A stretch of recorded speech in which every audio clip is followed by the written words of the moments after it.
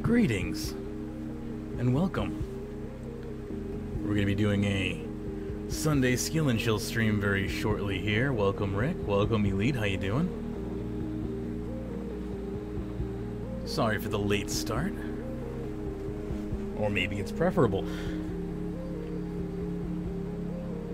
I guess that all depends on where you are in the world.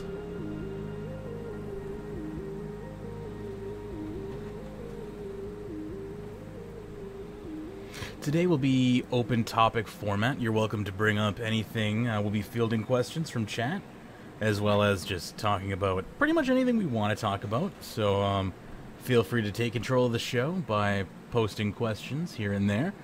I apologize, it's a little wind tunnely in here.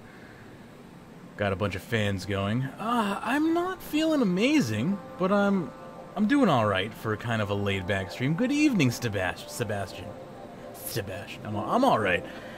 Yeah, I actually have not really been able to eat many solid things recently. Been eating about one solid thing a day, living off of Ensure. But, I'm trying to find energy to do things still. It can be difficult. Pretty much need to change my diet and I'll be okay again. I'm trying to drop that music down one little bit there. Oh god. Alright, I'm gonna go ahead and take off the overlay. And we can begin the fishing, I suppose, here. But yeah, I kind of started without everyone because we were gonna start at 1, we're already an hour late, and I only have 2 hours remaining. So I wanted to just start with or without, but that does mean I don't particularly have anyone to bounce off of at the moment. I will let everyone know that they can join whenever they like, though.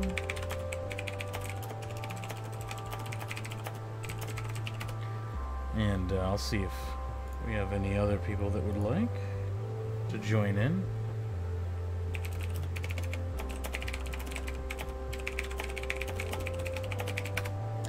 But yeah, we'll also take your questions. Yeah, it's been a long week. I've lost 20 pounds this week. I don't recommend it. But I have lost 20 pounds this week from just literally not eating anything because I can't. Fishing XP is at 122.6 million. We're getting there. Someday. And it's not that like I can eat the food, and it will go through my body.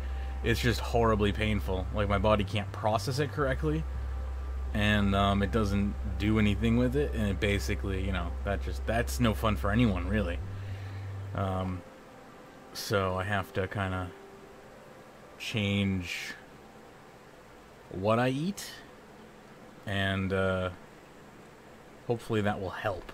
Certain things I'm apparently sensitive to now. But until this like episode is over, I'm kind of stuck eating nothing really. I would just like anything at all that's not like insured is painful, but it's all right. Thank you, I appreciate that. I'll be all right. It's just annoying, I guess, to say the least. Is like, you know, constantly hungry and you can't have food, but you know, it's not, at least it's not accompanied with any like flu symptoms or anything. I'm not puking my brains out or anything crazy like that. So I gotta count my blessings, because I've been pretty sick in previous years, like really sick, and this is almost mild compared to that. So yeah, I'm trying to remain positive through it, and when I have the energy to pop on and say hello to everyone.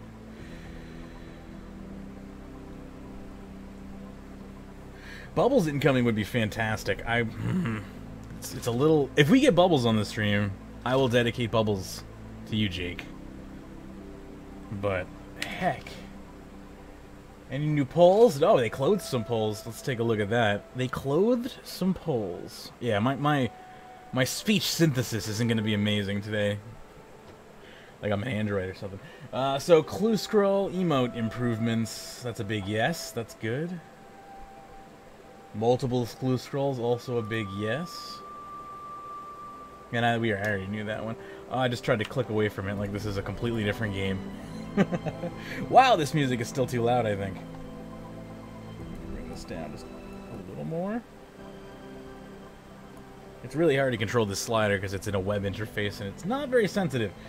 Haven't added many thread topics to topics because nothing has been happening lately. I mean, that's pretty much like Fridays have been rolling around and I've been like, do I want to drag myself out of bed to talk about some like human interest stories? Probably not. I'm really looking forward to September. For those who didn't catch our last stream, I am pretty much returning full-time September. So the rest of this month is going by, and then hopefully beginning of September, we're going to be looking at some new content, hopefully, for the show and the game. I mean, we got Runefest, we got Double XP Weekend, lots of fun stuff. We also got Destiny 2 coming up, though. So, RuneScape, you gotta stay on your heels, friends, because, you know, I want to play some Destiny 2. I didn't get to play Destiny 1, being, you know, a PC gamer, so I'm kind of excited to try Destiny Numero Dos. I haven't added me yet. So, you know, that's where I'm at least in life, is like, I want to play some content. Hey, it's Hampshire. How you doing, buddy? I'd love to play some RuneScape content, but, you know, it's like, I'm gonna go where the new content is. Also, next week, The Escapists 2 come out. I am super excited for The Escapists 2. That game looks really fun. I'm definitely gonna be streaming it. Maybe even on launch day if I can find the money. It's a little pricey. They want $30 for that game. I'm like, eh. $20 would have been like, yes, definitely. $30 is almost, it's making me question it. Because that's a lot of money to me. So we'll see what happens. But yeah, I definitely want to play that game. It looks really fun. I didn't play the first one, but I've been watching people play the first one and the second one. And it looks like my kind of game. Crafting system, strategic, long con style. Like, yeah, it definitely looks like a game that I might enjoy. And I definitely enjoyed the two escape scenarios that are presented in the kind of like streamer demo. And that was definitely kind of appealing to me. So I'm really excited for the launch. And that kind of came out of nowhere for me. Hey, Trider, nice to see you. Let's just hope September doesn't blow. I mean, there's no guarantee that September won't blow, but there's a double XP weekend and a Runefest, so I mean, it's gonna be hard for them to blow September. Let me unmute myself here because I see Hannah is now in the live chat, so feel free to talk whenever you'd like. But you can leave yourself on mute for now if you are busy. So yeah, Escapists 2 though. I am much looking forward to that game. It's the type of game that looks like it requires a decent amount of patience. Sorry, I got 2 hours. What do you want me to do? You already cut the first hour out of the show. Anyway. I do want to bring the podcast back. Not that it's really gone anywhere, but it has, but it hasn't, but it has, but it hasn't. Yeah, we haven't had a RuneScape Weekly. We had a PVMP, which is awesome, but we haven't had a RuneScape Weekly, and I think has it been a couple of weeks at this point? So yeah, I definitely want to make an effort to bring it back in full swing in September. That would be the goal, but of course there actually has to be content to talk about, and I'm just hoping that if I'm playing full time again, that it won't matter if there's content or not. I guess I'll find things to talk about. But, I don't know. I'm finding it hard to find things to talk about right now. So, we'll see.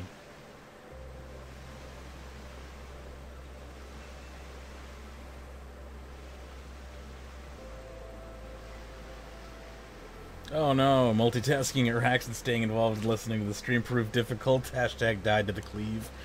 Gotta be careful. Yeah.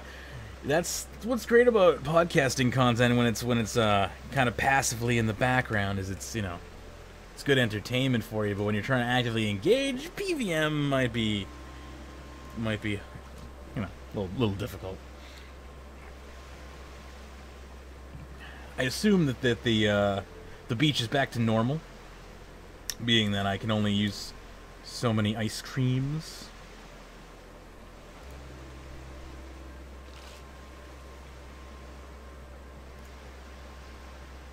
Hey Zenel, how you doing?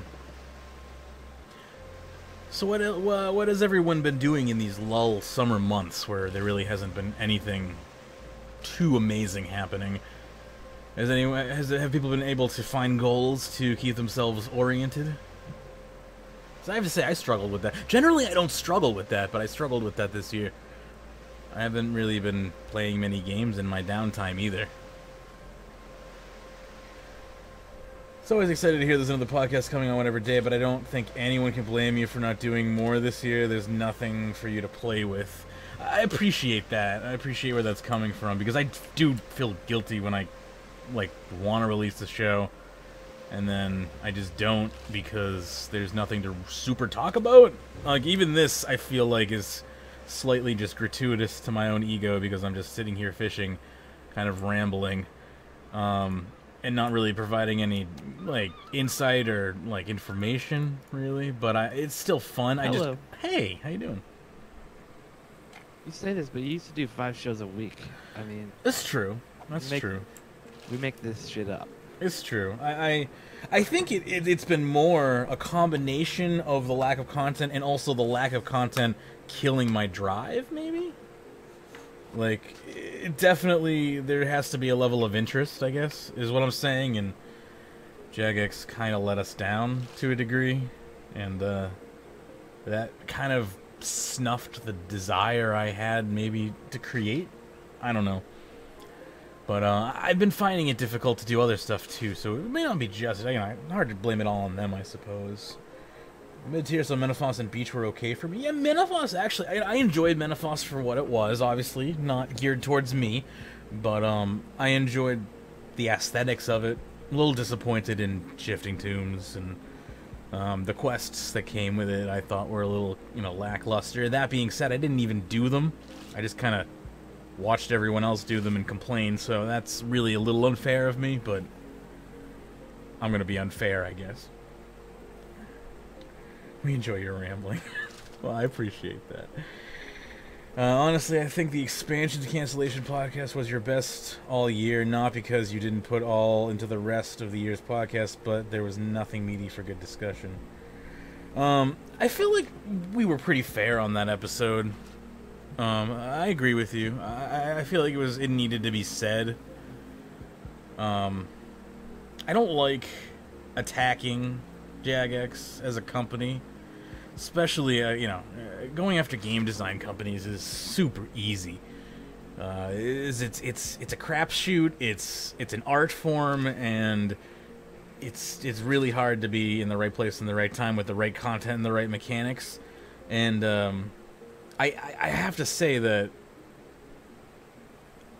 as somebody who wants to be in the game design field, and I know how incredibly kind of, what's the word, competitive, I guess it is, that it's concerning to me to just go and treat them like they had some sort of secret knowledge and power that nobody else in the world has, and like they're abusing it or something. Because it's more along the lines of I think they're a little lost, maybe, or maybe they went too experimental. It's hard to 100% say, but I've been playing a little bit of H1Z1 this week, and I say a little bit because I pretty much played it and immediately uninstalled it after like 4 or 5 hours of gameplay. And this is another game that, you know, MMO, it's stuck in development hell. It's been 3 years, and 3 years in, they decided to just delete the game and start over. Like, that just sounds like a horrible idea. But honestly, the first thing I thought about was Jagex, and I'm like, well, I mean, Jagex kind of did that with their current plans. They just deleted everything and started over. And I mean, H1Z1 caught a lot of negativity for that, and I don't blame the player base for being negative about stuff like that. But, as Died to Bleed says, never go full experimental, especially on your live servers. That's what everyone was complaining about, was like, why would you do that to your live servers?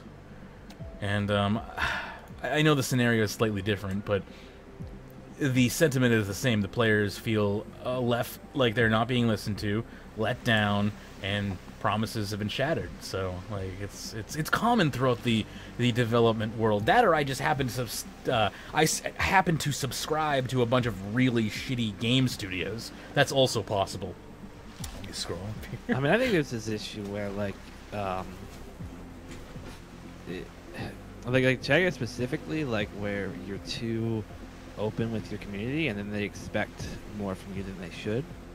That's fair, yeah. Like, you keep giving, and people will continue to expect that level constantly, and you'll have to keep outdoing yourself, and that can be a tall ask. It could be a real tall ask.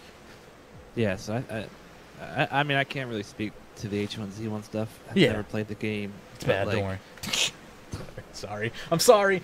I'll remain the neutral. only part that interested, well, King of the Hill even doesn't interest me, but yeah, I mean, Yeah, King of the Kill is crap. Sorry. I mean, those kind of games don't appeal to me. I guess I got what people get out of those games in Minecraft, so like I don't understand.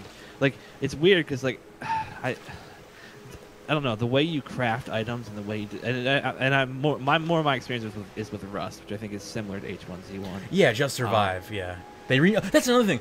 Just to interject here, they dropped H1Z1 from the name. They renamed it to Just Survive, which is also weird in my opinion. But sorry, I just wanted to, like, why? That would be like RuneScape or old school RuneScape, just like dropping the old school from their name or something, and then just calling themselves something else completely. Well, why? And I mean, I think H1's problem partially comes from the fact that King of the Hill exists. Like, when they made that game, they didn't expect it to be so popular. Well, they didn't expect a mod to become so popular. Yeah. H1, like, King of the Hill was a mod that was made by PlayerUnknown, who also made Battlegrounds now, and so, like, that blew up, and then they had to split their game because they couldn't, contain that within one thing anymore. Because it doesn't make any sense to have the Just Survive part with the King of the Hill part, so they split that off, and I think that's what's kind of, Yeah, they're definitely trying to differentiate the two games, and dropping H1Z1 from the King of the Kill version of the game makes sense to me because there's no zombies in that game. Dropping it from H1Z1, the survival sandbox, where there were tons of zombies and the goal is to not die to zombies and other players, but that just was weird to me, and I guess they're trying to distance themselves completely from the H1Z1 brand, and they want these two games to be standalone, and they're trying to bury the fact that they were ever one game at all. It's weird to me, and I don't know why you'd want to do that. And I mean, I also think this is part of the, I don't know if problem's not the right word, but maybe it is problem is the right word. This is part of the problem when you have a early access game. Like, we are seeing with H1Z1, we are seeing the development of that game. Like, in a perfect world, they wouldn't have launched until they had, King of the Hill, and then they had the name Just Survive for the main game. But because they came out, in this alpha state, and we've seen all the development time, they're actually trying to get to a place where the game, even though players have been playing it for years, it's not a done game yet. Definitely not. So I think that's part of the struggle here, is they're still trying to get their game ready for prime time, while the current players are like, we've already been here. Yeah, well, and my problem is they've been selling the game in early access for the past 3 years for $20, and they sell microtransactions in the game, cosmetics. Like they spend time developing cosmetic microtransactions in their early access game. That to me is a huge problem that needs to be addressed by just Steam and the whole. I hate early access in general, but if early access needs to be a thing that exists, if selling unfinished games is just the future of gaming, God help me if it is.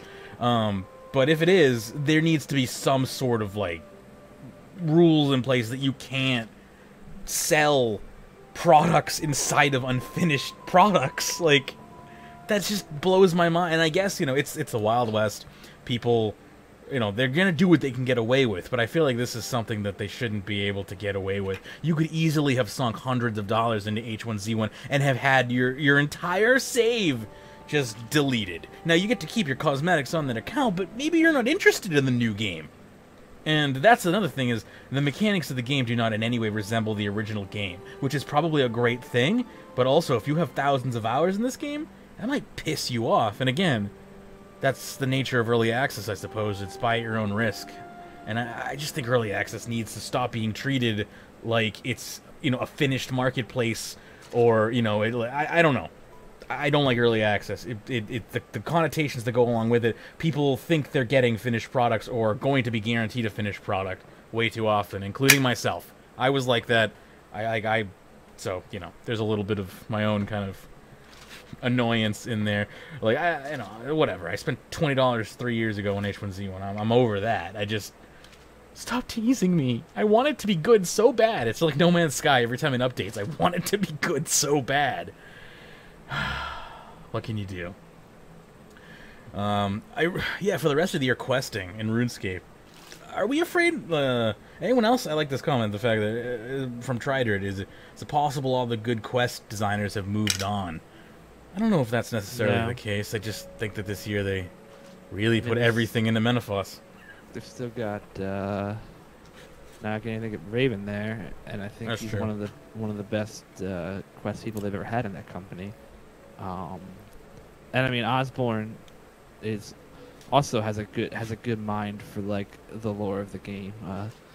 Argue about the other things he does. Like, I think he's a good lore steward. I mean, I don't know. I think a lot rides on what happens next month. Like, I'm currently not in the place everybody else is. I mean, I'm not playing much RuneScape, but I always go through these dips in RuneScape where I play a lot and then I don't. Like, it's basically nothing. It's nothing new for me to be in the state that I'm currently in. This is the longest break I've taken in a while, but breaks are not like I don't think breaks should be abnormal for anyone. I think it's healthy to take breaks, but this is the longest break I've taken in probably the last few years.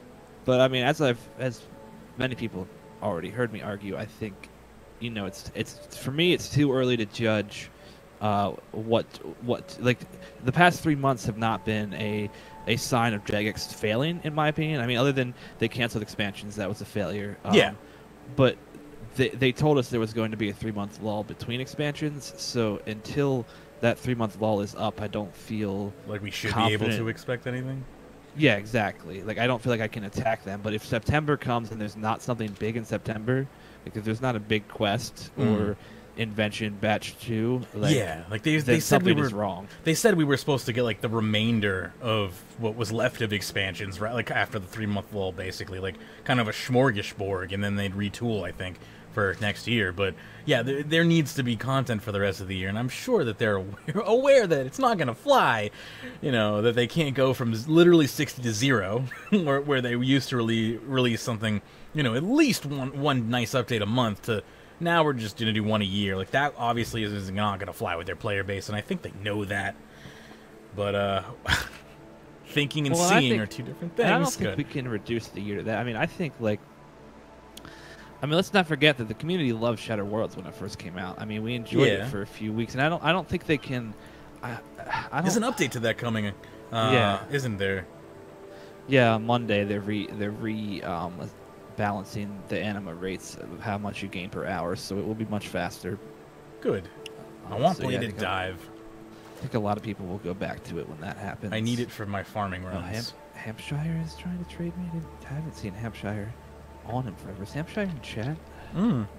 Just He might have saw. Yeah, he popped over and said hello to me earlier. But maybe he saw the notification. Give me ice cream. Oh, nice.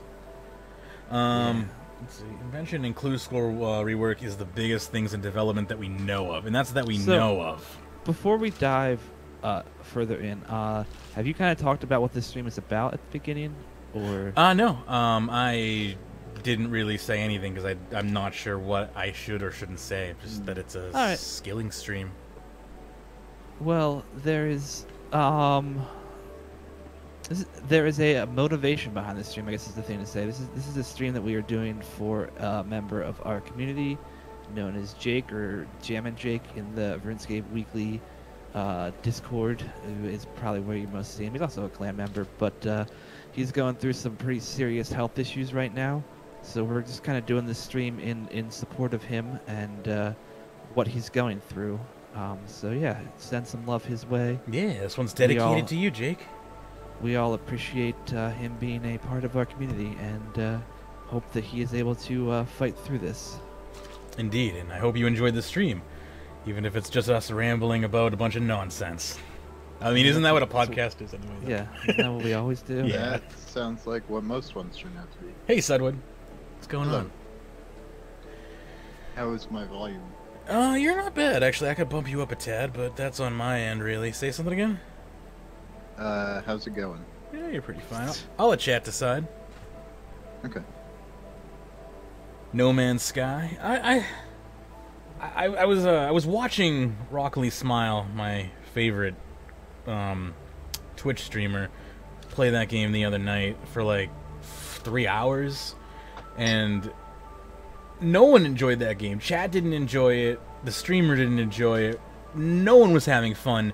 The only reason we were having fun was because we were just making fun of the game so much. Like, it wasn't... So I don't know if I want to play No Man's Sky yet. I don't know if it's ready. It's still so empty. Like, the first thing we saw was this giant crashed space liner in a planet. And we were like, oh my god, this game's amazing now. And this Nick flies over to it, lands, and he's trying to get into it, and then we realize you can't actually do anything with it. It's just part of the landscape. You can't... It's got invisible walls on every entrance. Like, this game is literally just cardboard. It's cardboard. This game is just a bunch of cardboard stood up with pictures on it. That's all No Man's Sky is, unfortunately. It has no substance to it. Yet. I think that game is interesting because there's people who... It's a very divisive game. There's people who loved it. And I think it all depends. I guess it all depends what you wanted out of it. Because, like, it's weird that they're kind of going in the opposite way I would have gone, because I like the nothingness of No Man's Sky. It can be very peaceful. Whoa, very peaceful, yeah. There's a friend of mine who we were talking on Twitter, and they said kind of they kind of put into words like, I wish that No Man's Sky had been more of a walking simulator, and they were like, I wish that No Man's Sky had inventory management, a cartographer game where you were just trying to map the universe basically. They've really messed up by making so much resource gathering. Like, that's basically the whole play loop in that game is resource gathering. And if they had zero resource gathering and you were just flying from planet to planet, like, it would have been a much better game, and I probably would have been interested in it, because then it would have just been like explore the emptiness of the universe. And I think that's what I was hoping for. I think there's something in that. And when it was delivered to me, I think my biggest problem was that the universe is an incredibly boring place 90% of the time. And I don't know if that's true or not to the actual universe, but... I mean, I think it is. It probably is. As far as there's a lot of universe we've seen so far. We know of no life beyond this planet. I know. I mean, I know that was a really stupid thing to say. You're right. But clearly not high enough. But to discuss universe matters. But you're right. You're absolutely right. Continue. But I think, I mean, I don't think this game. Maybe this game wouldn't have appealed to everybody. But I would have loved a game that would have leaned into that side of it, the loneliness of the universe, the loneliness of explore. I mean, even if you think about, like, back in the day when the Americas were first being, mapped and things like that, like, that was also lonely. Sure, there were wild animals and shit for you to fight, but, like, your human interaction wasn't high at all. And so I think that if No Man's Sky had leaned into that, it would have been a better game.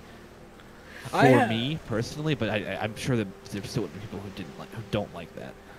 So I played No Man's Sky for 60 hours, which is low for me, especially for a sandbox game. I mean, coming up on 1,000 hours in BDO, which, you know, is kind of cheating with the whole always logged in thing, but I mean, you know, I easily put like 400 or 500 hours into like Fallout 4 and games like that, which have finite endings to them. So a game that has no finite ending to, that I only put 60 hours into, is kind of, in my, like, that's self-evident of the quality or depth of the game. That's my problem with No Man's Sky, is on the surface, everything looks so cool, and honestly, one of my favorite things to do is just go to the No Man's Sky Facebook page and go look at their gallery, because it's gorgeous, all the player screen shots, and you know, playing the game in 4K HD is great, it's so beautiful to look at. But every time you try to explore something or delve deeper, you find nothing inside. Like, everything is so shallow. It's so surface world. Nothing goes deeper. And I honestly think that can change over time. I think, given if they continue to develop this game for the next couple of years, it could be amazing. The potential that this game has is limitless. Unfortunately, you know. Well, I wouldn't say unfortunately. I think the developers have shown a drive to do that. I mean, there's been so many updates to No Man's Sky since launch. There has been quite a few, yeah. They've definitely been putting work into the game, which honestly, I think if Sean Murray wanted to live, he pretty much had to. Like, I'm no joke, I feel like the world wanted him dead for a while.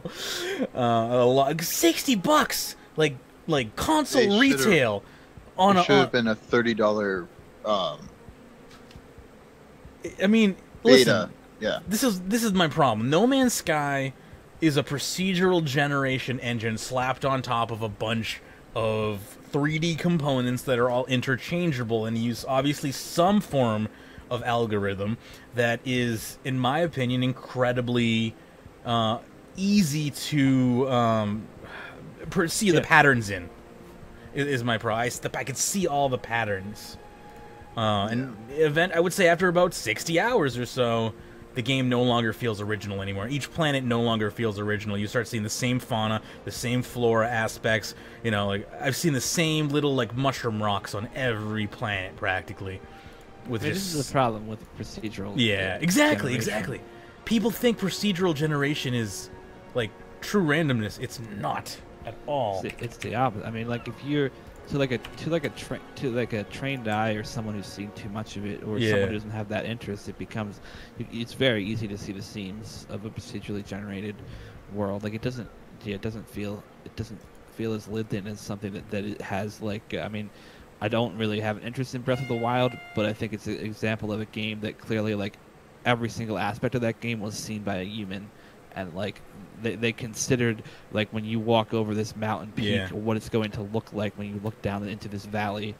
Like, all of that's considered in a game like that versus No Man's Sky, where, like, I'm sure they spent hundreds of hours playing it and ran through the procedures generated, but, like, then someone else launches it and gets a completely different experience. Yeah. I mean, that's part of the problem is, like, I feel like at launch of that game also they should have found like 50 of the best planets or whatever and set up a storyline that took you through them, and that should have been the main part of the game. And then once you get through that, then people can go do whatever the fuck they want. But, like, you know, they should have put something good at the front of it.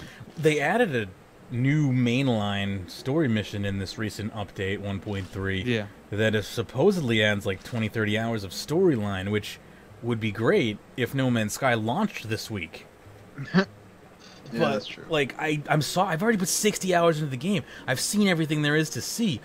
Retconning a story into it doesn't make me want to see all that stuff again and all from the beginning and start all over again. And I guess you don't have to start all over. I think you can kind of just pick the story up from a saved game, but I'm not 100% sure. You can go to it whenever Isn't there a permadeath mode you can make now? There is permadeath mode. Yeah, I've tried a couple of the new modes. I've tried permadeath, and I've tried survival. Both are brutal. Do not recommend unless you are a veteran of the game. But regular old just play. I think there's a creative mode too now, where you can just do whatever you want. But I could be wrong about that. That was like the first update they did. Okay, cool. Yeah, that's probably the best way to play the game, unless you're looking for a survival element, I guess. But No Man's Sky doesn't provide a great survival experience, in my opinion. It can be kind of mitigated in so many ways that it's not truly threatening. Hey, how you doing, Joe? Worth noting, the August update changed the planet gen, so all planets have been shuffled completely. I went home from. I'm sorry, I'm having trouble reading all of a sudden. I want from a home planet a small islands to an icy tundra. Oh, multiple biomes on one planet. Is that the sentence you were trying to say? No, he went from a home planet, small islands, and icy tundra. So basically, they broke a lot of people's bases and stuff because they were put on new planets. Yeah. Holy shit! Thank you for the tip, Fatty. $20. That's very generous of you. That update does not surprise me at all. Why?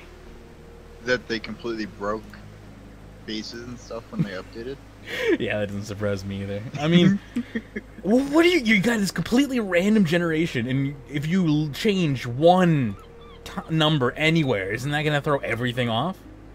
Like, I feel like I've had this problem when I've tried to do things just in like simple like editing of like map editing, where I moved one piece of geometry, it throws the whole frickin' level off, and it's not even procedurally generated. I can't even imagine trying to do that with a procedural generation algorithm. I love procedural generation when it's done properly, but in my opinion, this was a good attempt at it, but they didn't have to, you know, lie about so many features in the development phase and process. I don't know. Star Wars Battlefront 2 trailer came out today. Interesting. I haven't seen it yet. I didn't play the first one either, I don't think. Yeah, the first one was pretty generic. The second one looks interesting, but there's way too much prequel stuff in it for me to be that excited for it. Battlefront. Is that like arena shooter version of Star Wars? Am I thinking of the correct game here? Or am I thinking of the wrong game? Battlefront is Battlefield, but with Star Wars. Yes, shooter. Okay, so it's that like arena-style shooter Star Wars. It's not arena shooter. It's a giant map, and you shoot each other, right? Yes, but that's not an arena shooter. It's one... Listen, don't talk to me anymore. An arena shooter is a small map. Alright, I get your point. I get your point. I'm just trying to be a pain. It's a great way to get kicked off the show. Just argue semantics with me for 20 minutes and see what happens. Good idea. I really hate the beach. It kind of made me quit my hardcore Ironman because I felt so obligated to get construction XP. They're even... Yeah, I mean, that's... reminds me of Shadow that year where he spent the entire, like, Christmas vacation... yeah, didn't he get 92 construction? Yeah, on his Ironman. It was 2 years, but yeah. It was 2 years ago, yeah. It took him well, no, it took him 2 years. Oh, it took him 2 years. Took him 2 events. That's crazy. Yeah. Yeah, it was 2, yeah. I mean, the things people will do for their hardcore Ironman accounts. I'm not ready. I can't do a hardcore Ironman account if I'm not like trim comp. Listen, don't talk to me. Yeah, it's a perfect line when you're doing a talk show is to just open with "listen, don't talk to me." Then it's just music bed for the next 2 hours. Like, stop interrupting the music bed. I'm enjoying it. I love these vibes. This is why. Happy whip drop. Nice. This is why, Joe. I try to set. This is why I don't do dailies. This is a great example. Yeah. The beach making. This is why I'm not doing the beach this year, and why I don't do dailies. I mean, I'm at the beach right now because we're streaming, but like, I've maybe been at the beach like 4 times because like, first of all, they expect too much out of me. They expect me to get this done in 5 weeks when the first week ice cream wasn't tradable. And then these past 2 weekends, you've been unable to use ice cream to reset. So I don't know. They've completely borked the beach in many ways, but even beyond that, like just 5 weeks to complete all the stuff they want me to do at the beach is just not enough time. I don't know. They've kind of messed up the beach, in my opinion, at this point. There's also farming here that I'm always tempted to do, but I want bubbles, so I just can't. Farming's not. It's super. I mean, it's intensive. Is it? Oh, you're moving coconuts back and forth, right? Yeah, and you can get like 3 or 4 coconuts per tree, so like you're hopping from tree to tree. Oh, gotcha. That's not for me. Not right now, Yeah. at least. I mean, it's good because if it was super AFK, it would very much devalue farming. Yeah, no, that's pretty much when you said it's pretty active. That it's like good. That's how it should be. I wish RuneScape was available for mobile. Doing a 3-month internship as part of my education, which includes a 1-hour train trip each way. Eesh. By the time you're done with your internship, that's probably about when they'll be testing for RuneScape clearly mobile. you should just switch to old school RuneScape since that's coming out first. Yeah, it's the only option. They've been having good updates. Or you can move to Korea and test BDO's new mobile version of their game. Wait, what? They're having a Yeah, they're BDO? bringing BDO to mobile. That's launching in Korea in the next few months. How would you can't play combat in mobile? How, so? Apparently you can. I mean, I don't recommend it, but It's a fighting game. I How know. do you play that on mobile? I have no idea. Go look up the trailer. I mean, if I can try to find it for you later. I but guess you could fish on your phone. you definitely could fish. I mean, that would be the biggest waste of battery ever, considering you can just close your game and fish. I know. Like, Is this weekend not a? It's not like a scorcher, if that's what you mean. No, it's not. Okay. That was a Interesting. one time only, I think. There's 2 weekends. It must be next weekend's. It's the other one. That stinks. Well, we'll do it again next weekend. I like the idea of Sunday skilling streams. I'm too afraid to commit to anything right now. I have an octopus companion pet token if anyone needs it, by the way. Yeah, I have some tokens too that I don't even know what they are. But if you want some tokens, and you don't have any. Yeah, Yeah. You interning anywhere fun, Zeno? Small company that handles IT solutions for educational institutions. That sounds not too bad. Anytime I ever supported an educational institution, they mostly didn't have an IT department, or the IT department was other teachers. So hopefully that's not the case for you.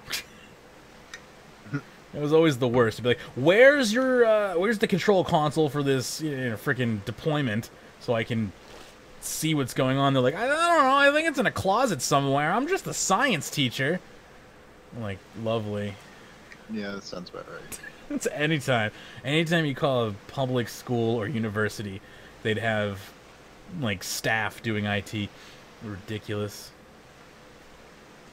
Sell them on the GE. I mean, yeah, if nobody needs them, I will. Oh yeah, they're just not. They don't really sell. worth selling. Yeah, it's like 20, 30K, maybe. Yeah. I put them in there for a few million, but I don't think it's gonna happen. No, it's not. Definitely not gonna happen. Not unless you like wait until the event's over, and then maybe, and then even then it's gotta be some desperate person. I mean, I'm not caring about the rewards for this event. Stand by while I change to our next album, which is going to be Organic Beats. Anyway. What are you listening to? We're listening to Organic Beats, which is a compilation of ambient and electronic trance music, which can be found at epidemicsound.com and purchased there if you like, or if you're a famous YouTuber like myself, you can take all you want. Not really, though. I like Epidemic Sound. It's made my life a lot easier as far as not worrying about copyright strikes, but it totally doesn't apply to like any other accounts. So so I don't know if this post is a troll or not, but post on RuneScape Reddit meeting history. So first of all, great quest. I enjoyed the storyline of it. What is up with the green man that says we are not alone here? Would anyone want to see this storyline advance in the future? Which people probably don't remember that quest, but the green man is Guthix. That quest. So I can't tell if this is a person trolling or if like. See, when you're saying green man, I don't remember the quest at all. I'm like, the only thing I could think of was like, is the little like meteorite sprite that comes out? That little green man? Like, we're not alone. I'm thinking aliens. So like, I was going down a completely different road as someone who did that quest many, many years ago. That's funny. History is the green man. A quest right outside of Ardone where you like go back in time to like when humans first came to Gielinor, and Guthix brings him. You don't see Guthix's face. You don't see like he's wearing like green wizard robes, so it's not like. This quest is like from like 2008. So making history. Yeah. 3 minutes to Claudia. If you're into that, I'm probably hop to 64 again. Try. But I can't tell how if this person's trolling us or not. I don't. I like it don't though. know. It's like the Green Man. I want to see more quests with him. He's cool. I want to see more. I want to see more quests. It's true though. Like the primary gods in RuneScape are just red, blue, and green. Like that's pretty much how they were designed. It's like primary colors. That's where my brain goes, at least with that. Is I find that interesting. Okay, he appears to be like a new player, so it appears to not be a troll. It just appears to be someone who doesn't know the lore actually yet. should be then forwarded to r/cuteNoobs because that Green Man. is adorable. I kind of love that. God, thanks, you say? Oh yeah, we'll definitely see more quests featuring our favorite Jolly Green Giant. Has anyone watched Stephen Colbert's Late Night? I watch it sometimes. I haven't watched the newest one. Yeah. He had a Jolly Green Giant joke recently that was... I was surprised that he got away with it, but also it was kind of funny, I guess. But I like Steven. Steven's pretty good. All right, I have to stop spinning the camera while I'm on stream. If that's a good way to make people sick. If I start doing that, feel free to flood the chat with barfy faces or whatever. Because growing up, I used to put on music. My favorite song, oh shit, it's Claudia. My favorite song to put on was "You Spin Me Right Round, Baby Right Round." I don't know the name of the actual song. I just loved that song as a kid, and I would spin the RuneScape camera to it. All right, let's see if we can hop over and try to slaughter some Claudia. I have the same issue where I just have this habit as a kid of just spinning my camera in circles. Maybe it's not even know where it came from. Yeah, maybe it's not as uncommon as I thought then. Yeah, I mean, did you used to do it to music, or just like while you were AFKing, or just while it was just something I did to like distract my mind while I was playing the game. It didn't really matter what I'm doing. Like I could be in a boss fight, not listening to anything. My friend could be like standing right behind me, and I'm just spinning the camera, just because it's a habit at this point. I don't know where it comes from. Yeah, it's basically a habit for me at this point. I just happen to remember why. Good. Yeah, sometimes I'm like watching something on the computer. I'll just be holding my left on the keyboard. Yeah, watching exactly. the camera spin. Yeah, I do it way less now that I don't use WASD. Oh my god, she has so much health. It's so ridiculous. Why you gotta hop to 64? I'm on 64, but like I only have. She does damage, so I have to like not die. So I'm like trying to stay away from her, but also keep an eye on her health. I forget if you have to tap. Come to her butt. I'm not taking any damage at her butt. Right. That's the place to be, apparently. Why? I'm not wearing my Fury Shark outfit mainly because I'm dumb, but also because I'm pretty active right now. Like I can deposit the fish for more XP. I don't even think there's a chance to spawn the pet though on depositing the fish. Most likely not. Yeah, it's probably only on fishing the fish. So I guess at that point I'm only doing it for XP, which kind of seems redundant when I'm already 120, but... No, you want to go for 200 mil. I suppose so. Yep, streaming on Twitch, Mixer, and YouTube all simultaneously. Just no Facebook. Used to spin the camera to music or just randomly, but now my right and rests on the mouse, now on the arrow keys. Too much effort to the middle. Oh, see, I still have my WASD keys enabled for... I use both. I switch between them, depending on if my left hand is busy or not. Using range is the best way to not use my mouse. I only use my mouse. Do you keep chat always on then, or do you? What do you do in that case, or do you use your WASD keys for abilities? Yeah, my WASD keys are ability based. That's how I should be doing that. Really much. Oh, definitely. Like if I were any good at combat. I'm thinking like, I should like import David for like a week, like go stay with him for a week and just like stare at him, or like make him coach me until I'm amazing at PVM in 1 week. I think you'd need longer than that. No, he's amazing. See, it doesn't matter how bad you are. I feel like if you go to any like master, I don't know. It's probably not how that works, is it? Well, I mean, what Mage does for Switchscape and AbilityScape is he doesn't do PVM. Yeah. My highest Like, if you look at my XP breakdown from skill to skill, it's like barely any XP past 99 in a lot of combat skills except magic.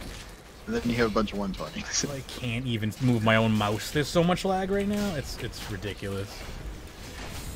I'm at like 30 FPS. I You gotta turn am off them shadows. I'm at 14 FPS right now. I reinstalled the game because it wouldn't let me use volumetric lighting because it didn't see my graphics card. That's no good. But now it's okay. Like, I value those features, but this is... I think I just got healed, so that's cool. Thank you for the heals, random people.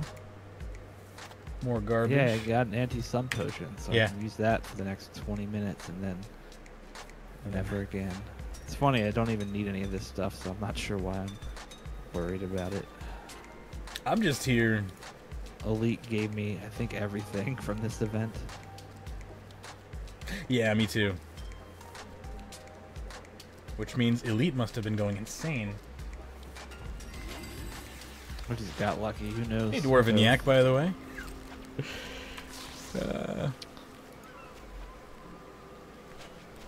If you stayed at your house, it would work. That's what I'm saying. Like, if he was there with me, he could coach me in real time. I have an incredibly hard time finding my mouse on the screen when there's raindrops going across it for some reason. Even on 64, we barely killed Claudia in time. I didn't even... Stupid. Wow. Have they not fixed that yet? They're not gonna fix it this year. Are you kidding me? Oh, I forgot. They'll fix it in 3 years. They'll make more changes next year, and it'll probably just be worse again. Patch notes for next year. We noticed Claudia was too easy, so we buffed her. So we gave her another 800,000 health. Yep. I saw a topic on 40AA ranged. Is that for real? I don't even know what that means, to be honest with you. 4-tick auto attack. Oh. I mean, it's being discussed in the community. There's a argument over whether mage 4-tick auto attack should be removed or if it should be added to all skills. I mean, in my opinion, I think it should be removed. But How do you do the 4-tick auto attack? Portal 65. I've never actually done it. It sounds like a bug. I mean, it's not like, a bug. It's like taking advantage of the tick system. So it's an It's exploit. like one tick mining, right? You know? Yes. Jake could probably explain it because Jake has probably done it. But 4-tick auto attack is what makes mage the best combat style in the game. Thank you. Because it just makes because you're getting so many more. You're basically getting way more auto attacks off than you can in any other skill. So therefore, you're doing more DPS. So therefore, mage. That's why mage is the best combat style. I like has been since EOC came out. It has. It really has. I like Right after Zenel's EOC. idea of just Claudia's health should just be whatever the amount of active accounts created are, like or total accounts created are rather. Just goes up each year and indefinitely. 60 million. It just yeah. And it just never is less. It's always 200. higher. 260 million. That'd be a lot. Hey, look, David's here. You can. Hey, what's up? What's going on? Not much. Just waiting for a bus, so it's fun. Sweet. Cool. Explain 4-tick auto attack to these noobs. In So 3 words or less. No, I'm just kidding. 3 words or less. I'm totally kidding. Okay. So 4-tick auto attacking is 4 words. So you gotta explain a 4-word concept in 3 words or less. Feels bad, man. Basically, you know how magic has... You know how you can keybind your spells in magic, like Air Surge or Blood Blitz or whatever? How it has a... You can actually manually use an auto attack? Yes. Mhm. Okay, and you know how in ranged and melee you can't do that, right? It's just like a... Correct. Okay. So the way auto attacks work is that different weapons have different auto attack speeds, right? Does that make sense? Like wands have a faster auto attack than staffs. Yeah. Mm-hmm. Okay, so in order to make up for this, staff auto attacks hit harder. So a staff auto is 150% weapon damage, a wand auto is 67% weapon damage, and they do this to make up for the fact that staffs attack slower than wands in terms of just auto attacks. Abilities are the same, it's just auto attacks. Okay, so here's how it works. because the wand auto attack is so fast, you're able to both auto attack and cast an ability within the same global cooldown. So the global cooldown is three seconds or whatever, and then wand auto attacks every 4 ticks. Okay, so that means that after every ability, you could get in an auto attack with your ability. Does that kind of make sense? Yeah. If you hit both the auto. Okay, so what people found out is if you cast an ability with wand and offhand, say Dragon Breath, right? Mm-hmm. Then obviously for your next ability, you could sneak in an auto attack and then do, say, Wild Magic. But if you switch to a staff and do that exact same thing, you get the speed of the wand, so you still get to sneak in that auto attack, but it does the damage of a two-handed weapon. So you sneak in an ability you sneak in an auto attack at the speed of a wand, but with the damage of a two-handed weapon. And that's the gist. So wands are every 4 ticks, staffs every 6 ticks, but you're able to cast auto attacks between abilities with your staff. So would you consider this an let me trade with Elite here real quick, an exploit of the system or intended mechanics that they want to foster? I think originally it was intended with the release of EOC for attacks to work at different speeds. I think that it's arguably abusing the tick system. I think it's arguably using the tick system in a way that's smart. It's just like it's like 3-tick cooking. You know, like everyone knows, Mm-hmm. like, you know what I mean by 3-tick cooking or 3-tick fire making or whatever it is. Yeah, it's the same thing. It's the same thing. It's just saving game. It's just You're using taking the game advantage. tick system. Yeah. I mean, I think it's absolutely a bug. I just think it's not. It's also not something that can be fixed without like removing auto attacking as an option from Magic, which also would then severely hurt Magic, like, and make it the worst instead of the best. So it's kind of a weird place to be, because the only way to fix it would be to remove the tick system, which would fundamentally change the game. Yeah. And I mean, estimates out there, like, I think it's probably about an extra 7 to 8% damage over a normal rotation, which is a lot. And I think that becomes magnified against bosses with low, where you need high accuracy because you're sneaking in so many more attacks. So something like Magister or Virago. This is turning into PvMP and I'm too dumb to participate. No, I mean, but basically that's the reason why Staff at Sliske is 2.4 bill and every other tier 92 is around it. Wow, that thing's all the way up to 2.4 bill, huh? Someone was asking in chat the other day, and I was like, last time I remember thinking about it, it was like 1.5. Jeez. Yeah, no, it was, the lowest it ever got was like 2 bill flat, and then it shot back up. Wow, that's craziness. Well, maybe I was thinking of 2.1 then. That's still a lot of money, though. And that's because of the fact that you can kind of exploit the system slightly because of the way that the system was designed, it sounds like. Yeah, it's because of the fact that Magic is so much more DPS than the other two styles that it's not even close. Okay. It's just like, it just blows it out of the water in like 99% of situations. Interesting. Good to know. And if you like that information, don't forget to check out the PVM Perspective podcast. New episode now available on YouTube, iTunes, any other platform that exists at this point, I think. And even a couple that don't exist. Yeah. Hey, David, you should go into voice settings on Discord on your iPhone and turn off echo cancellation, noise suppression, and gain control, because your mic is going like up and down in volume, and I think that's the problem. Oh, they're all off. I don't. Part of the problem might be it's windy. I don't know. Yeah, the wind would not help with that.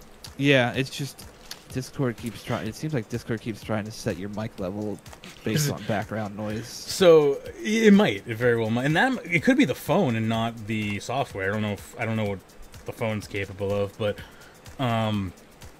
yeah, I've never tried to use the mobile app for anything really beyond text. Yeah, I've only ever used it as text. Here's a great opportunity for asking if you can crash at David's. So, I was half serious. I'm saying someday I'm gonna kidnap you, David, and I'm gonna force you to live with me for like a week or something, and like hardcore like PVM train me like in real time live. Like, I want you to like beat me if I do badly and stuff. That's So, pretty funny. Someday. If you summon a yak, I'll leave. Yeah. Like, you come in, it's like, the last time did I not tell you to take a Nile? What do I see there? Baru, Baru! I'm sorry, I'm weak and hungry for rocktails. Yeah, it happens. It happens. Rocktails, that would also get you smacked. Exactly. Where's your soup and brews? It's all about brews. Sharks. It's all about sharks. You don't take soup. There was a rune Mage poll. needs soup. There was. That's true. I take soup to like everything. Speaking Yeah. of iPhone, anyone hyped for a chance of a smartphone with a 120 hertz monitor? Yeah, Yeah, forgot, I really still hope have, the next iPhone's gonna be ridiculous. That's crazy. I've still got like I think 13K Rocktail soups. That's Are those worth insane. a lot? They're pretty Yeah. expensive. Mage takes soup to They're like 6K Abby a piece, Demon. Yeah. I think. I don't know. I take Rocktail soup to any boss that is above God Wars 2. And I mean, any quest that I'm not sure what's going to happen in, you know? I think the next iPhone is gonna. If the rumors are correct and it's gonna cost as much as the rumors are saying it's going to be a ridiculous. I mean, I imagine it's gonna have. I imagine it'll probably have a fuck ton of RAM in it too, and probably a ridiculous processor, along with a 120 hertz screen. I don't know, probably a ridiculous camera. I don't know. It's exciting. I've see heard what it's they're gonna gonna be do. 1500 though. Yeah, it's gonna be expensive. Holy For dicks. sure. I've had my phone. I have an LG G3, and I think they're on the G7 at this point. That should tell you where I am as far as phone technology is. Well, the reason they're doing it is the world literally cannot produce enough screens for if they made every screen. There's So it's OLED. it's an actual scarcity problem. Yeah, Well, I like- mean, even at current scale, like the fact people don't realize what a miracle it is that like Apple makes as many iPhones they do in, especially the first few months when a new phone comes out. Like the amount of shit that has to come together to pull that off is ridiculous. And yeah, so yeah, what I was saying, but also it's also a way to further technology because basically the pitches of this, and this is all rumors and speculation, so this could be wrong, but there's been rumors for so long that it's probably right. But I do want to say that, but it will also allow them to just push the cutting edge of what is possible in phones, and therefore will make, in a couple of years, lower end phones will be better because this ridiculous iPhone exists type thing. So like the only way to get technology better is to put it in something and then iterate on it, and so I think that's an interesting. It's awesome that they're kind of doing that. That's pretty cool. Real quick, The just for Joe here. Hello, Andrea. How you doing? She's listening. There you go. Sorry, go ahead, I was Cyber. gonna say the entire reason that there's Internet of Things devices at all is because of the iPhone and smartphones. Yeah, absolutely. I mean, you look at the original iPhone and how ridiculously power constrained it was, and like what dumb luck it was that it actually worked. And look at where we are today, where like most people have like cell phones in their pocket that are more powerful than the computer that they use at their house when they go home. Like, Speak for yourself. it's wild. Sorry. I said most people. I know. I was trying to be one of those like, 99% of people. Reddit jerks with the fancy computer picture as their profile, like pic. Just trying to be one of those. I don't deserve the setup that I have, that's for sure. I don't honestly know how I have it. I do.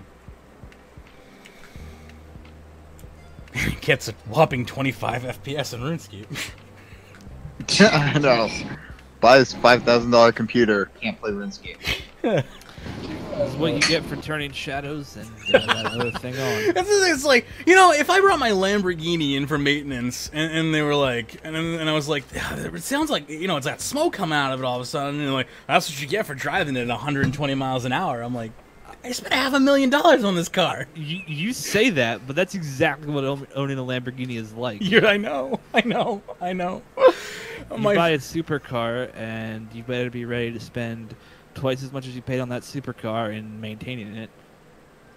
Yeah, that's the thing. It's the same thing, and that's exactly why I don't own a supercar. Is because I own a supercomputer, and you cannot own both. It's just impossible. I think that's overselling your computer a little bit. I know. I'm just kidding. But definitely, yeah. Go to a local shop and say, I'll offer a computer for this Lambo straight up. So you have 10 seconds to say yes. I can't hear what I'm saying yes to. You'll have to try that again. Would you trade your computer for a Lambo? Oh, probably due to the cost-value analysis I just did in like 0.5 seconds of what a Lamborghini's worth versus what a computer is worth. The price is right. I know, you could sell the Lambo and get a bunch of cars. Get a bunch of computers. No, and get a computer with dual Xeons and 4 Quadros. See, that's a right? That would be tasty. I just want...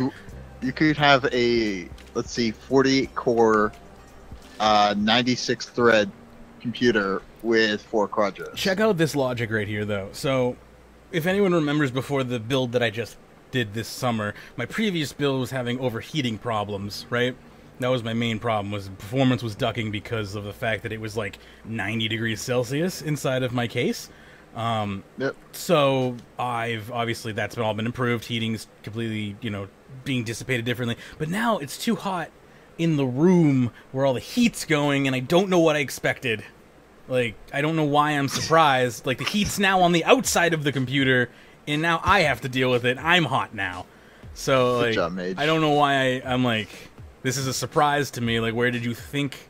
Well, what did you think was going to happen if you vacated the heat from the computer into the room? So it would magically disappear. Yeah, it's not during the summer to play my PS4. I have to like turn my AC all the way up just so I don't fucking die. Yeah, it's ridiculous how hot things can get just from. I hate it. But that's been my real problem. Is my computer now has like 3 different exhaust points. It's got like it pumps hot air at the bottom, the back, and the top basically. It's got the freaking power source, the graphics card, and the graphics card again. So there's no way I wouldn't sell the Lambo, but everybody's like, sell a Lambo and build a sick PC, and I'm like, no, sell the Lambo and buy a sick car. Come on now. It just shows how different I am from these people. See, like, I think I'm the only gearhead here. I like cars, but not enough that I would like. I wouldn't care or know enough about them to get into that type of stuff. Like, I've had a lot of friends that were like mechanics and stuff, so that's where my knowledge comes from, not from actual like hobbyism. I'd sell the Lambo, buy a 1990 Acura NSX. That way I owned a supercar, but it's a supercar that is an Acura. Therefore, it's a Honda. Therefore, the parts are super cheap. Therefore, it's not a money pit. Yeah, I made the mistake of my first car. I mean, I made a lot of mistakes in my life, but this one's just kind of silly. My first car was a 99 Grand Prix GTP, and it sounds expensive. It wasn't expensive because it was a 99, and this was like 2011. So I didn't get my license until I was like in my 20s because I live in the city. I don't need to drive, but you kind of need to drive. So eventually I went and got my license because I got a job that was far enough away that I could buy buy a car and all that fun stuff. But anyway, it was a really bad decision to pick a muscle car, or like a pony car, if you will, as your first car that is also like 20 years old because it was constantly falling apart. But sounds like my current car. The one thing I have to say is it definitely was fun to drive until it literally fell apart on me while I was driving it. But yeah. For my first car, I went for a 2-year-old Chevy.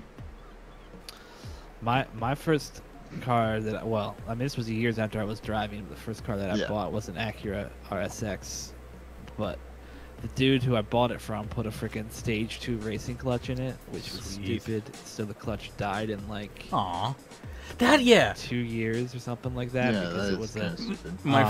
like a Stage think it's stage 2. I don't know. I get the stages mixed up, but like, so the way clutches work, it's a giant disc. The way this clutch was it was disc shaped, but it was actually 3 pads that were sticking out, like in like a,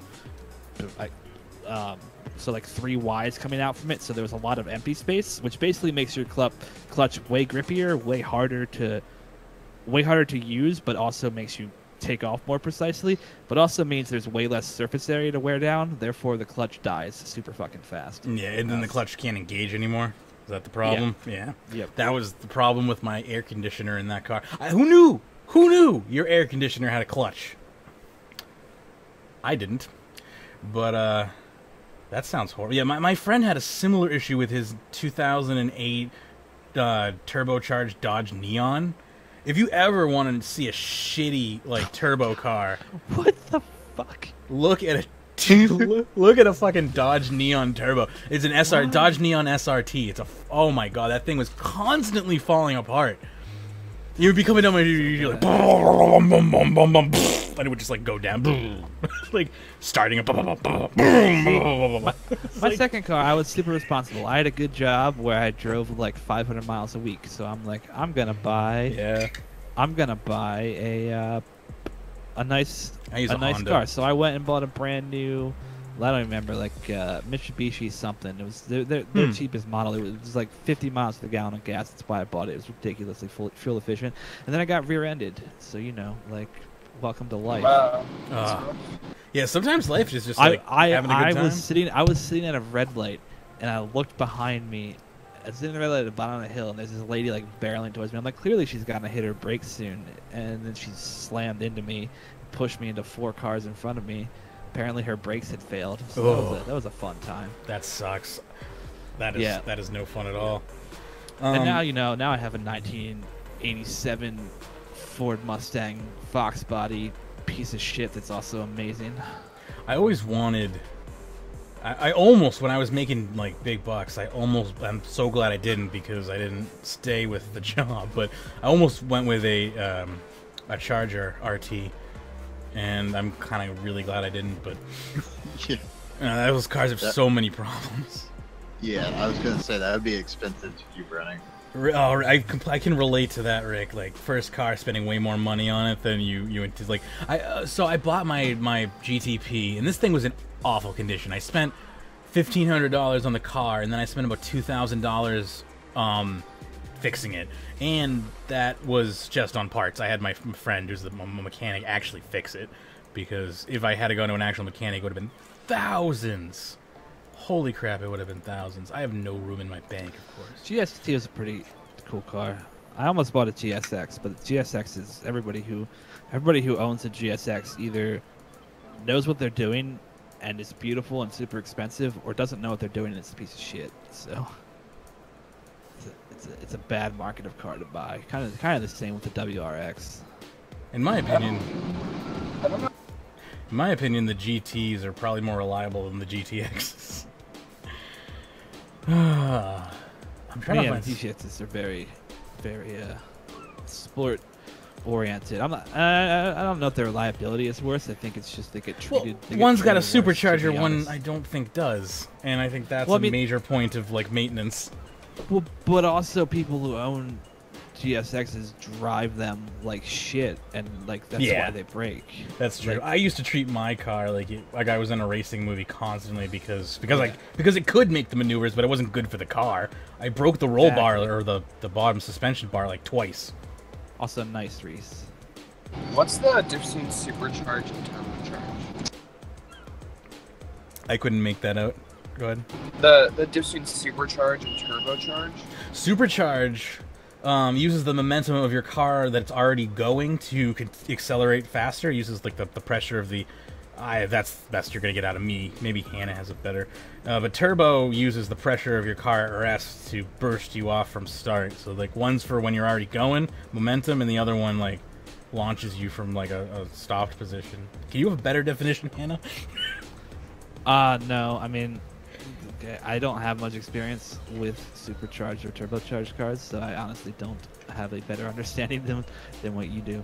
on that specific edge of it. That's pretty much what I was told when I got my... Because I had the same question. I was like, so... Because my friend had a turbo, and he was selling me the car with the supercharger, and I was like, what's the difference? And that's basically how he explained it to me. He was like, a supercharger helps with acceleration, a turbocharger helps with your initial acceleration, like, to get started.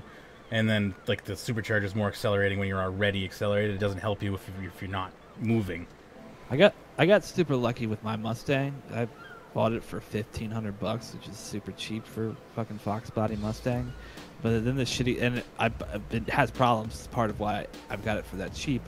And I was planning on restoring it, and then of course I literally lost my job the same day that I bought that car. Oh, that is horrible. Pre-buying insurance for it or post? Post. I mean, insurance for that car is cheap as hell, though. Okay, good. Well, there's no such. It was like $100 less than $100 a month. There's no such thing as cheap insurance in Massachusetts. Zero. Like, you want to know how much I paid for my first car for insurance? I got full coverage on my first car, which was probably a bad idea. But I spent $6,000 on insurance my first year. Wow, that's for full coverage. I had full coverage on my Mitsubishi, my brand new Mitsubishi that was totaled, rear-ended. The insurance company wouldn't even rent me a fucking rental car. So like, it gave me such a bad. Fuck insurance companies. Like, they would not rent me a car, and I had a job where I had to drive constantly, and they wouldn't rent me a fucking car, and I didn't have the money to like rent my own for weeks, and then they were like, you can rent your own car and then give us the bill and we'll pay it. And I'm like, so I'm supposed to have the thousands of dollars that it takes to rent a car for multiple weeks? Yeah. Like, you assholes. Yeah, it was real shitty. That's not Fuck cool. Insurance companies. Thank you for the black flowers, but they're now wasting my bank. I must destroy them. So Rick's saying turbochargers use forced air, superchargers use pulleys. That is a way more technical way of explaining it. Yeah, and superchargers go whee when you're charging, and turbochargers are all like boom, boom, boom, boom, boom, boom. Like that's my level of explaining it. That's pretty good. I like that. That's my favorite explanation so far. Glad I was able to help. Let's do I can't do a farming run because my bank is too full. Like, I have to. Why is your bank so full? Because I'm the messiest person probably on planet Earth. Time to go to the wise old man. The wise old man can't even help me. This is like bundle of bamboo, golden bamboo. Like, I don't need this stuff anymore. I have 18 different types of berries in my bank right now. Wait, are you doing art? Like 8 months ago I was, apparently. Oh, I see. Yeah, I got so much crap in here that I have 18 love potions. Like, when am I going to use those? When am I going to use those? There's so much clutter with some of the recent big updates. They just, like, wreck your bank space. I've had to buy so much bank space. I wish I heard you differently, but it's funny. I thought you said I had to buy so much bank space, and then I was like, oh my god, RuneScape's selling bank space, and then I was like, no, that's not happening. But that they actually do sell. Yeah, they do sell bank space. Yeah. What do you you mean the booster? Wow. But yeah. I am losing my mind. No, they definitely sell bank space. They do sell bank space. I was like, my brain did not want to comprehend the fact that they sell bank space for a minute there. I don't know why. Wait, what are these? These are fish oil times 8. Yeah, I can destroy that. Oh, I wasn't sure if those were golden eggs or fish oil. I'm losing my mind. It's been so long since I played RuneScape. That's fantastic, Elite. Welcome to Carscape Weekly. This episode, do you remember? This is I gotta fill these tokens in here though. I got 4, 4, 4, 5. All right, let me see if I can press. I mean, if anybody lives in Pennsylvania and wants to help me, restore my Fox Body Mustang, hit me up. Nice. Let's do it. Or if anyone lives in Massachusetts and wants to pimp my 2007 Honda LXE, hit me up. Can't be pimped. Sorry.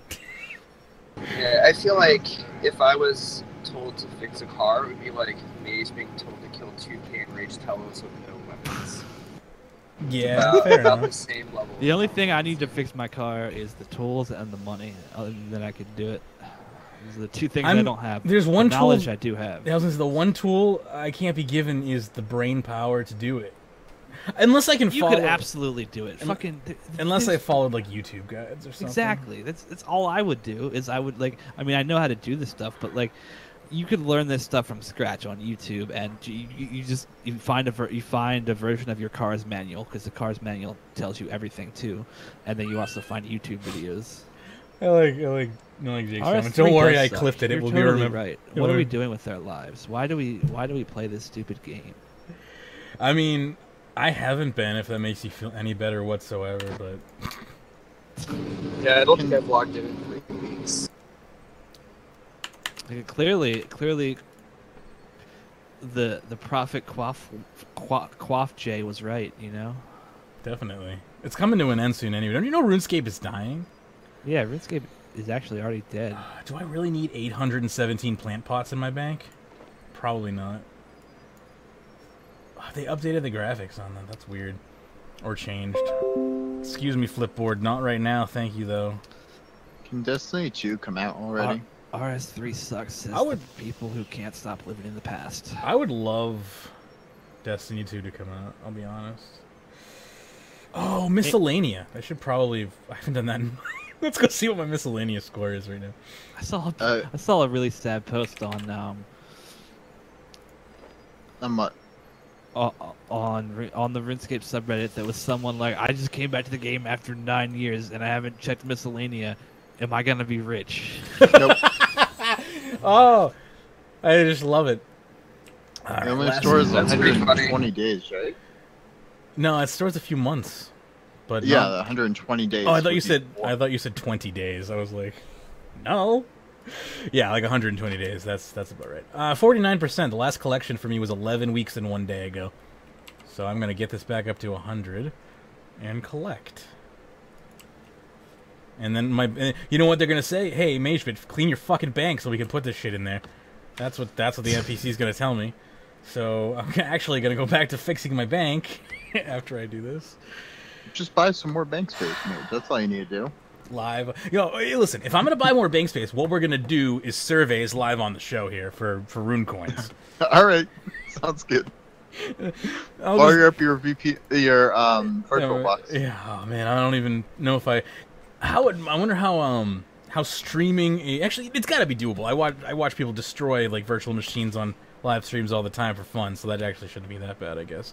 I was thinking like, is it hard to stream a virtual machine? But the answer to that would be no, you idiot. Just run the equivalent of like Windows 10 Starter Edition. I know, and it's not even a problem. I'm just dumb today. It's 3:30 in the afternoon, and I have consumed less than 400 calories today. Okay, wow. Like I have no ability to like form my own thoughts and opinions anymore. My brain is just failing. I hate my life. I'm okay though. I'm just kidding. When does the beach event end? And I think it ends at the end of the month, if I remember correctly. It supposedly ends on the 27th or 26th. I'm hoping that they extend it into September. 28th, I think. But if they don't extend it at least 1 week, they fucked up.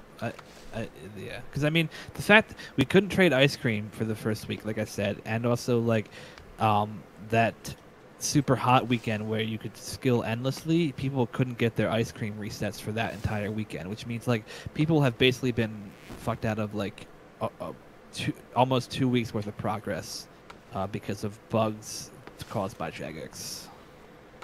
Fair enough. It sounds like part of the course in 2017. It does sound... Oh, I have no music playing. I'm like, something's wrong here. It is pretty par for the course for 2017, but it doesn't have to be. I'm not really sure what else has been extremely buggy in 2017. I just think there's been a lot of lackluster content. Yeah, I think it's more about that than buggy. And it doesn't mean that the rest of the year has to be bad. We should all go back and listen to that AOD podcast David was on when he said it was the best boss update. It was. It was the best boss update. So that happened this year. Back. It did happen this year. Yeah, but it was like the first couple weeks.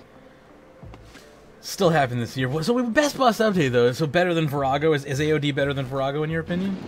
No, but I wasn't playing with Virago. Fair enough. Well, I mean, I like had an account, but it's like always inactive. Yeah. Viraga's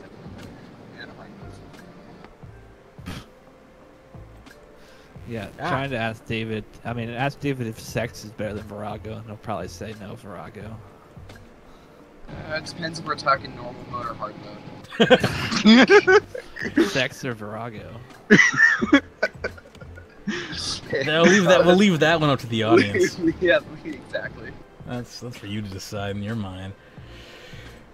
This is actually a great way to switch to like some like slow moving rap music. It's all like kind of sexy and everything, so that works perfectly.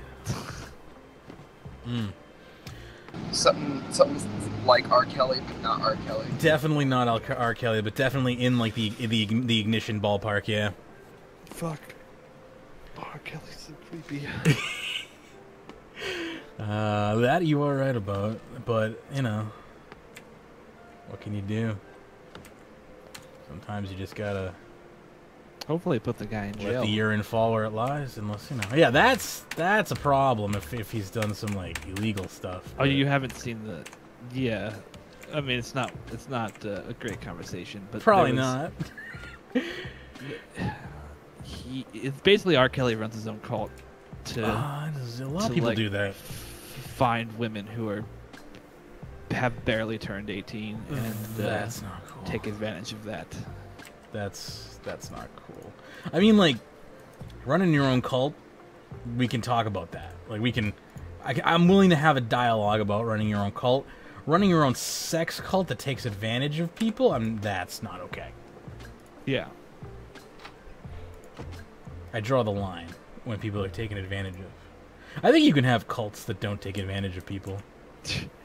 Jake says hard mode sex better than normal mode Virago, but normal mode sex is better than hard mode Virago, apparently. Or opposite, right? Hard mode Virago better than normal mode sex. I think is that's the attention. I assume. I hope at least.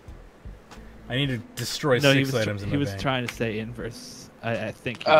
Just use the transitive property or whatever it is. Math. I just gotta say, I don't know. I think 4-man hard mode is the best. I think that's. I'll just leave it at that. We're learning a lot today. You always learn a lot today when you turn into a RuneScape Weekly stream. And that's where you gotta really utilize those 4-tick auto attacks. All right. Gotta also utilize the clipping function. Yeah, I got. Okay. Yeah, I got plenty of jokes here. I'm gonna curb them though. All right. First off, I gotta destroy 6 items in my bank. I feel like I should close my eyes and just start pointing to shit. The stupid beach drinks. I gotta see. Oh, you're right. All right. So, random topic, and maybe this isn't the forum, but what do y'all think about max cash? Like, do you think that they should try to change things? Yeah, why are you bringing up RuneScape topics? No. A RuneScape stream. Yeah, right. Should they? I don't know if this is the right forum for. So you mean should they get rid of the idea? Well, should they get rid of it? Should they add a way to buy and sell stuff on the GE with something like shards? I don't know. Like, why can't we just do what every other game does? Go ahead. Yeah, I mean, I completely agree with Mage. Why can't we do what every other game does and have like a platinum currency or something? Yeah, old school did that. In a perfect world, Shut up, son. In a perfect world, I would love for them to get rid of the max cash limit, but I also know that is an integer-based limit, so that's kind of impossible. Hard for them. Without like ridiculous, without more. It's more work than it's worth to do that. Yeah, but they would have to recode the entire item system. Yeah, but to introduce a different type of currency that has a set value of like this is worth 100 million gold would be great. I think very controversially, I think that they should do that, and they should also make it so that rares can only be traded in that marketplace and no longer traded freely. That would be interesting. Because I think there's a big scamming issue that goes on, and I don't know. Like, do you think anyone uses bonds for money laundering though? Completely. What do you mean by money? Define money laundering. Taking illicit funds, running them through a legal front business, and real money laundering. Yeah, that might happen. I wasn't sure if you meant like.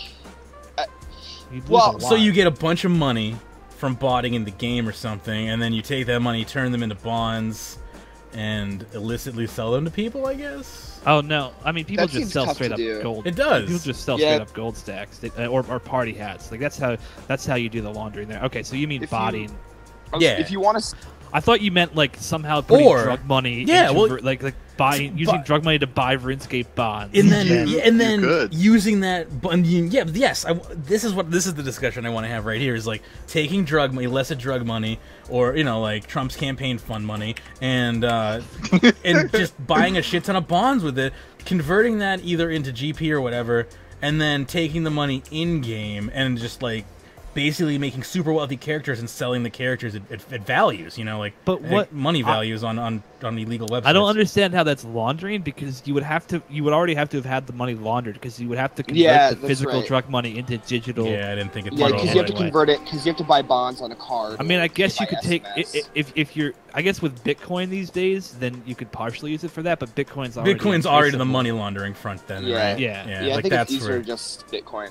But I mean, I will say that like the value of party hats almost entirely correlates to the value of what gold is worth in terms of U.S. dollars. So isn't Bitcoin worth way more than gold? What's gold per ounce right now?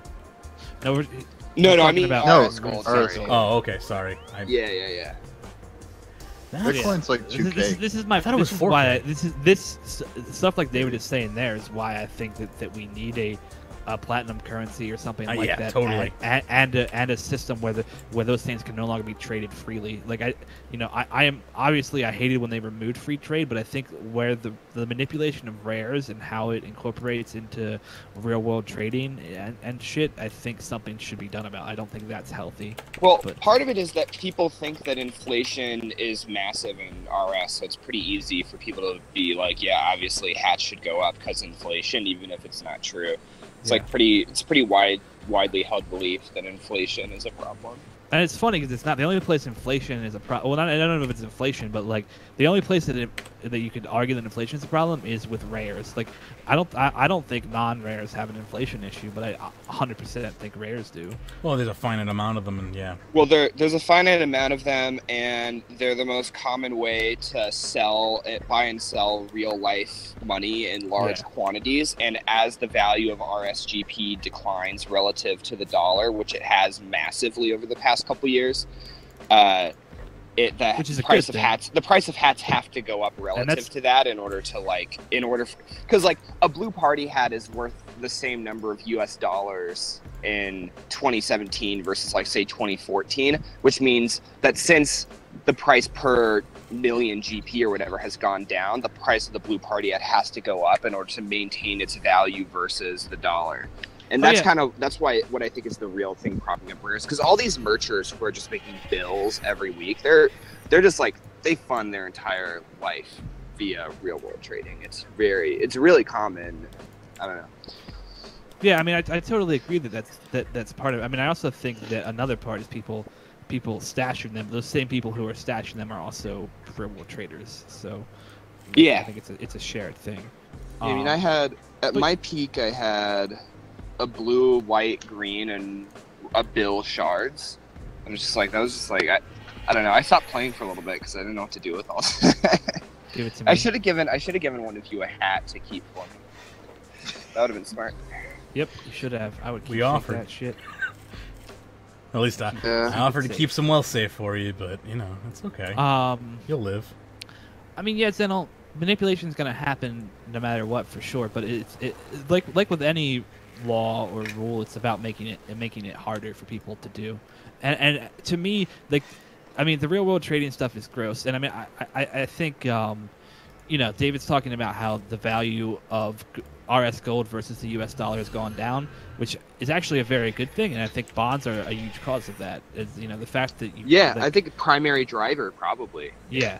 So like, I mean, that's why that's why in the RuneScape 15-year documentary, the Gowers say they wish they had introduced bonds in 2008 instead of removing free trade, because it has killed, it is severely hurt the gold trade market in a way that nothing else could.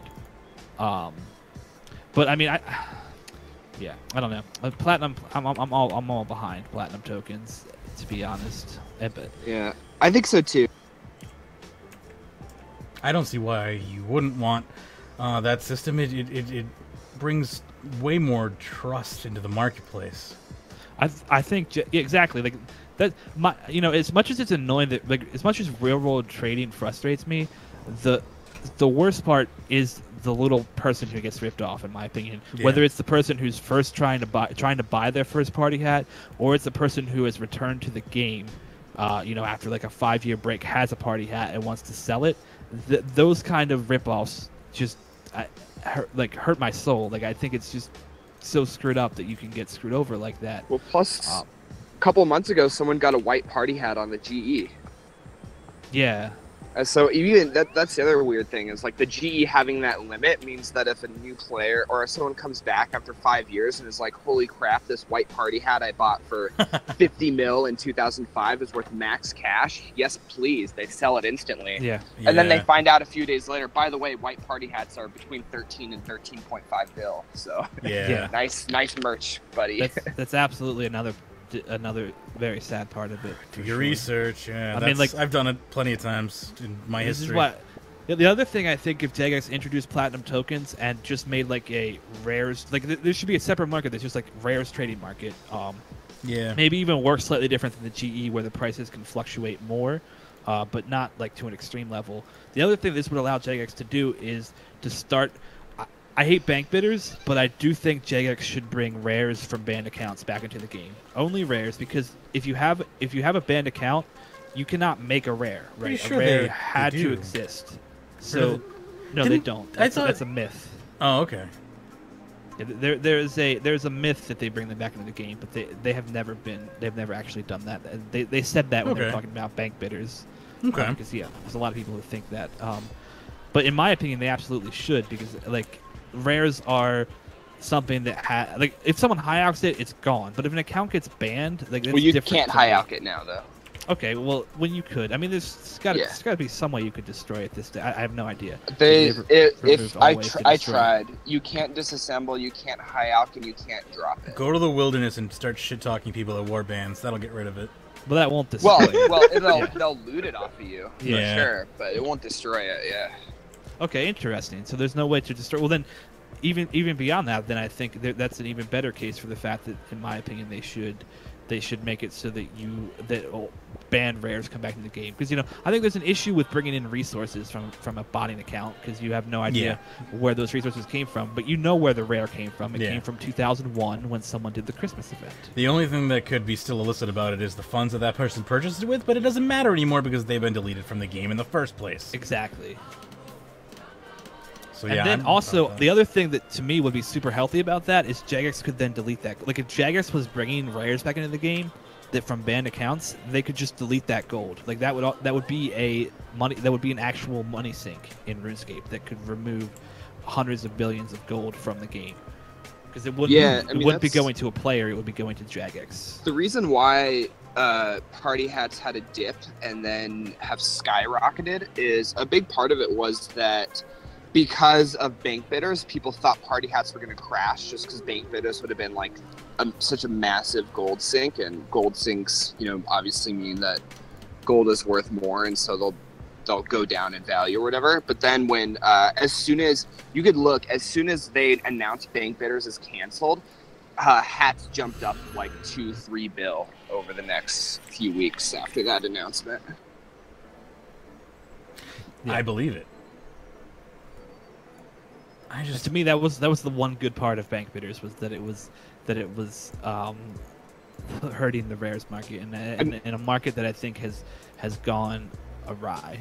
I will say, like, blue party hats are about 18 bill right now. They're not going to crash to 500 mil because of an update. They'll still be like, they're still going to be probably minimum 15 bill at this point going forward. And I don't even necessarily want them to crash. Like I don't want their market value to be as tied to real world trading as it is, and I don't want the scamming of them to be as easy as it is. Like I'd be okay if they went up in value. Like I'd be fine with that.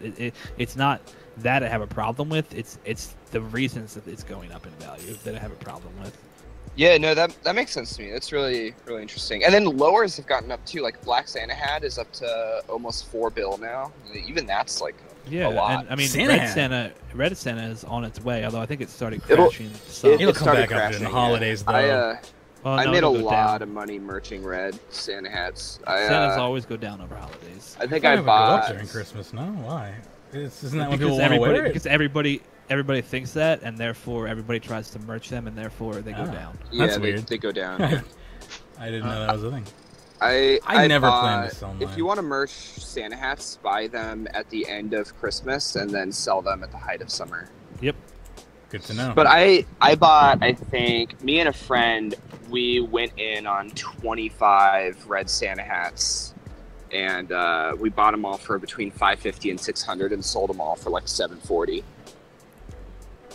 Sweet. Yeah. It was pretty good.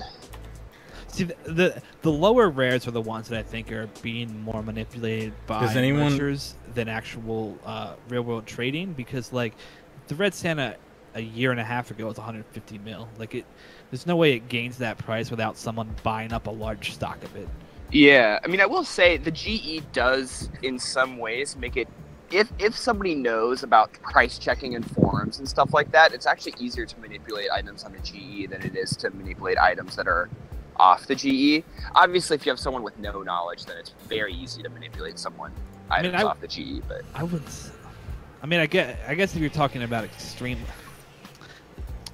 Yeah, I mean, I'm saying this. I think it's more likely to get an extreme scam with a party hat, but I think that the prices of lowers get manipulated more frequently just because it's easier to buy them in bulk. A lot more people have the money to buy them in bulk, and plus, buying party hats is actually like kind of hard. It's like kind of hard. Part of why you have to spend so much to buy a hat, like a blue or a white, are the two examples. The other ones are pretty easy. But blues and whites are so infrequently sold that in order to get someone to sell it to you, you always have to pay way over its market value, or they just won't sell it because everybody knows they'll just keep going up or whatever. And so that's part of why the blue and the white have so massively outpaced everything else, especially blues, is because if you even want to talk to someone about buying their blue, you better be offering a bill over what the previous one was traded for, or they'll just tell you no. And so that's part of why the prices have gone up so much more than than lowers. That's fair. Well, I mean, but yeah, I mean, I also think, but I think part of that is the real world connection, where like absolutely, yeah, absolutely, you don't have that connect. Like if you're selling stuff on the GE, you don't know who you're selling to, which I think is part of the advantage of it, is that therefore it makes it harder to ask for an extra bill from someone, because like you don't get to have that direct conversation, which I think is the power of the GE. Yeah, absolutely. But I mean, I can totally see what you're saying. But I think that's just. I think what you're saying is it's just easier to manipulate things that cost less, which I think makes sense. Yeah, because you could buy more of them. Yeah. Yeah. I mean, some people obviously can buy a bunch of hats, but that's pretty uncommon. Yeah, super rare. And I mean, I also think it's not worth discounting that like a lot of rares started going up right after Invention, which I think it also happened because Invention was a huge redistribution of wealth, and therefore a lot of people who had never had the money before to buy either a Santa hat or a party hat now had that money and were willing to overpay to get them, and therefore that also caused an increase. Yeah, absolutely. I think people made a ton on Invention merching. Yeah. But the other thing with Invention to remember is that a lot of people sold their hats just before Invention to prepare for how much they thought it would cost. Like if you look at, this wasn't ever from Jagex or anything, it was entirely like Reddit hype, but people were thinking Invention was going to cost like 4 or 5 bill to get 200 mil or something like that, which was ridiculous, and it was all hype and whatever. It's what happens with that. It was true day one though. I mean, well, sure. But sure, yeah, that's true. But it's like, yeah, so people kind of thought that it would just be like this massively expensive thing. Then once the combat update happened that made Invention Mage literally made money training Invention, I'm pretty sure, isn't that right? Made like 700 mil. Yeah, so it's like still there, Mage? Yeah. Okay. Yeah, so like Invention became. I'm listening. Invention became so people realized Invention was way cheaper, and then everybody started buying their hats back. And so if you look at like the spike in how many hats were traded, like when that update happened, and the spike in price, like that's when like purple went over max cash. That's when things really like blue party hats were like $7 back then. Now they're 18, and it's like I think that was a big part of it too. Yeah, I imagine it's a mixture of all the like demand went up, sure, but demand went up for people trying to rebuy and for people trying to buy for the first time. Yeah, I exactly. Totally see that. It was like a huge spike in demand. As far as keepsaking goes, Reese, I mean, it doesn't actually take it out of the game because you can reverse a keepsake. So it's only out of the game for as long as you want it to be. It's very easy to undo a keepsake, though, so it's not like an actual irreversible thing. It would be interesting if they I can't even think. They really rares don't need some way to actually be irreversibly removed. I hate my bank so much. But I wish Jagex would do more money sinks. Like I wish Jagex had a pet that cost $20. Yeah, I mean, I wish they would do Well of Goodwill. I mean, if you look, Well of Goodwill is the biggest way that if you look at rares going down in value, it always corresponds to Well of Goodwill. Yeah, well, yeah, that's true. But even just like there should just be a item shop. There should just be a rich person's item shop in the game where the things cost $10 to $20, and it's literally just a status symbol that I had $20 to dump on this thing. People would get so mad, though. Can you imagine, like, all the flaming on Reddit of Jagex being elitist and I mean, a few people would get mad, but anybody who understands what that is doing for the health of the game wouldn't care. People would get mad, though. People get mad about every fucking update. Very true. Like, yeah, there's going to be a vocal minority who are mad, but if you know anything about economics, like straight up removing gold from the economy is nothing but good for the economy. All right. Yeah, and I mean, maybe $20 is too much. Maybe one, even if it was $1, even if there were 50 items that each cost $1, that would be a huge freaking gold sink. Or titles are big too. I know me, I have this saved. A lot of people have $5 or something like that on an alt, just waiting for whenever Well of Goodwill comes back to get the billionaire title. Sure. So people will buy titles too for that. Yeah, I see what you're saying, Reese. It's a fair point. What they say? I'm not looking at Twitch. Well, you said people who keepsake things want to keep them, so therefore they are kind of mostly effectively removed, which is a fair point. Sort of. People change their mind. Yeah, and it depends who you are. Like I mean, a lot of people who own party hats are stakers. So therefore, if you hit a bad stake, people, and then you either stakers or merchants. Yeah, you hit a bad stake, and then you decide to keepsake your party hat to try to make that back. It can happen quite often. Yeah, I've keepsaked 6 different party hats and own none of them anymore. I just flipped off my fucking monitor.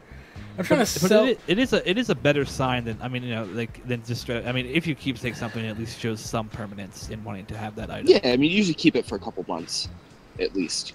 I need these tokens to be gone, and this fucking game will not let me sell them for what tokens? The beach tokens. Like, I've got more than I need here. I just need them out of my inventory because my bank is horribly full. And gotta buy bank space. Get those peanut labs up and running. Last thing I want to do is give Runescape money. You just gotta organize your bank. I'm trying to destroy everything that I can. It takes a long time. It's a lot of work. But I mean, how about all those skilling outfits? Do you have those in your bank? Because yeah, because I'm a skiller. Yeah, but unless you know you're going to be training that skill, why keep if you've got you just got 120 cooking, right? So when are you going to train cooking again? Next time I need food for whatever I need food for, I don't know. That's fair. I mean, I support. Claudia's back. I didn't even think about that. It's probably too late to get the kill. I'm not even bothering. Literally, no one on 65 is even trying to get the kill. Claudia's just sitting there. Gotta use those insta-kill darts. That would be interesting. Look at this outfit. Or either destroy them or list them for 1 GP. You're not gonna... make much. You can't list them for 1 GP. That's the problem. I tried putting him in for 500k, and it's like, that's below the item's guide price. I don't fucking care. What do you mean you can't? It wouldn't let me list it. It was like, that is below the item's guide price, and all it said was okay. And it wouldn't let me put in 500k for the item. I'll do it again, but it was just on stream a second ago. That's why I'm like freaking out. Like, I just want them to. Like, if anyone needs those, let me know. Put them in. I don't even know if my house has a wardrobe. I refuse to use the player on housing system until they do something intelligent with it. It's so bad. Are you do you like the hidey holes idea? Yes. Another old school idea. Other than AOD, I'm pretty sure. Other than AOD. And the update where it makes you step off the platform immediately when you quick telly to a lodestone. I think that every update I've liked so far in 2017 have been straight up ports from old school. That doesn't surprise me. Sudwood would And probably also, agree.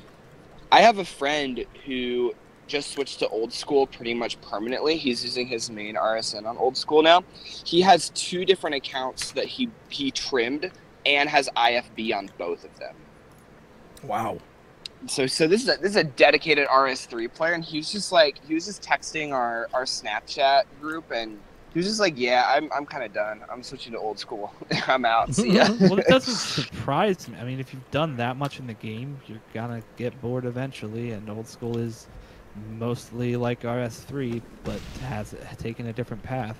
To me, that makes perfect sense. Once you get bored of RS3, you would hop over to RS3 Lite. I don't know. Yeah, but I mean, he could go for 5.4 or play new RS3 content. It's just like there's no good new RS3 content, really. That's fair. Like, there is no good new RS3 content. And if you want a RuneScape fix, I can understand going to old school for it. Well, 64 just failed their fucking Claudia kill. We were like 90% of the way there before it ended. Sure, you got a consolation prize at least. Well done. Yeah, but it doesn't count. I don't care about the drops. Yeah, All I care about is working progress towards the stupid fucking I hear you. goals that are impossible to get thanks to the beach being shitty. The beach It's definitely not- has gotten worse. They've done sadly. the beach like 4 years in a row. How did they 3. even mess up the beach this year? They messed up the beach last year. It's not this year, please. Oh, Don't- really? don't Oh, try to okay, start okay. that. So they Beach messed it up last year- every year. Beach Okay. last year was worse than this year, to be honest. I haven't ever done the beach, so I honestly have no Well, I idea. guess don't it think I've wasn't ever worse, been to but like the beach last year, they gave you 4 weeks to complete what they gave you 8 weeks the first year, and then last year they gave you 3 or 4 weeks with double the achievements to get as the year before, because you also had to get last year if you hadn't done the last year's stuff. And then this year they made it longer, but also made this year's requirements way lower. But they fucked up Claudia, and they fucked up making ice cream untradeable for the first week. So I don't know. It's just I should a probably bit silly. I should probably have an avatar out, but I'm not thinking that far ahead right now. Do you think RS is viable for No. like casual players anymore? Because Yes. can you Yeah. do like I really? think more so than ever. Really? Okay, interesting. Because it just seems like so many of the updates are these like timed events where you've got to play like 6. That's just RuneScape squeezing all the money out of microtransactions that they can, and the only reason those shine through is because they haven't released any real content. Those aren't really the game content. There hasn't been any game content. That's unfair. I mean, not any game content is not fair, you're right. But for me, there hasn't been any game content. But, I mean, even more so for casuals, you'd think that, like, Menaphos would be pretty decent. I think the more annoying thing that we still need to work on that allegedly is still coming are, daily ski productions to kind of help casuals not feel like they have to log in every day. Well, I don't think casuals. It's like if you don't want to do dailies, then don't do them. I don't know. That's so silly. It's like dailies are overpowered. They're freaking amazing. If you like them, do them. If you don't, then don't. Like, I don't know. I don't think casuals even think about dailies. Or events. Like if you play the game. First of all, the beach is perfect for casuals. Can we define casual then, so we can have like a baseline? Less than 8 hours a day is pretty casual in my opinion. Oh my Exactly. fucking god. Okay, so That's- you mean like 99% of RuneScape players? I mean, when I was up till like 4 weeks ago, or I guess when I started my job. When I started my job in the summer, I was doing like probably 10 hours a day, 6 days a week, and then maybe 5 hours if I couldn't get enough time in. Yeah, that's like 0.01% of players. When I'm full time, No, I mean, I was just kidding. Yeah. Yeah, I know, but like that's why I'm saying, like, for real though, because everyone's idea of what casual is going to be slightly different. So let's try to set like a reasonable baseline here.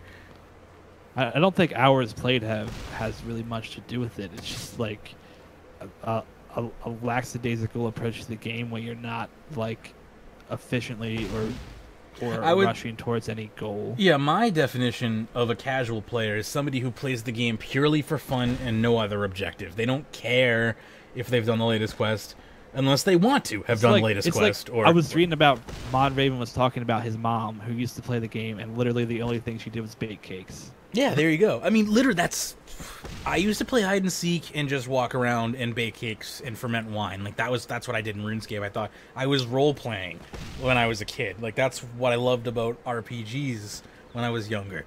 But yeah. When I think casual, I think of like my friend who has 2 kids and a wife now, and he basically plays RS while he's doing dishes or while he's like watching his kid, and like just has his laptop sitting there and walks over to his laptop every 5 minutes to click, and that's literally all he does. Yeah. Yeah, that makes sense. But I mean, that's if that's pretty much mine. So when I say casual, that's where I come from. Is basically we can all have different definitions as long as we know where we all stand. But that's where I stand, basically, is when I say casual, I basically mean somebody who plays the game purely for fun and doesn't let the mechanics of the game dictate to them. You know. So casuals, by definition, would not like let dailies dictate the time they spend playing. So I'm It's funny because Magebit's description of a casual is basically describing me. Yeah. Well, I mean.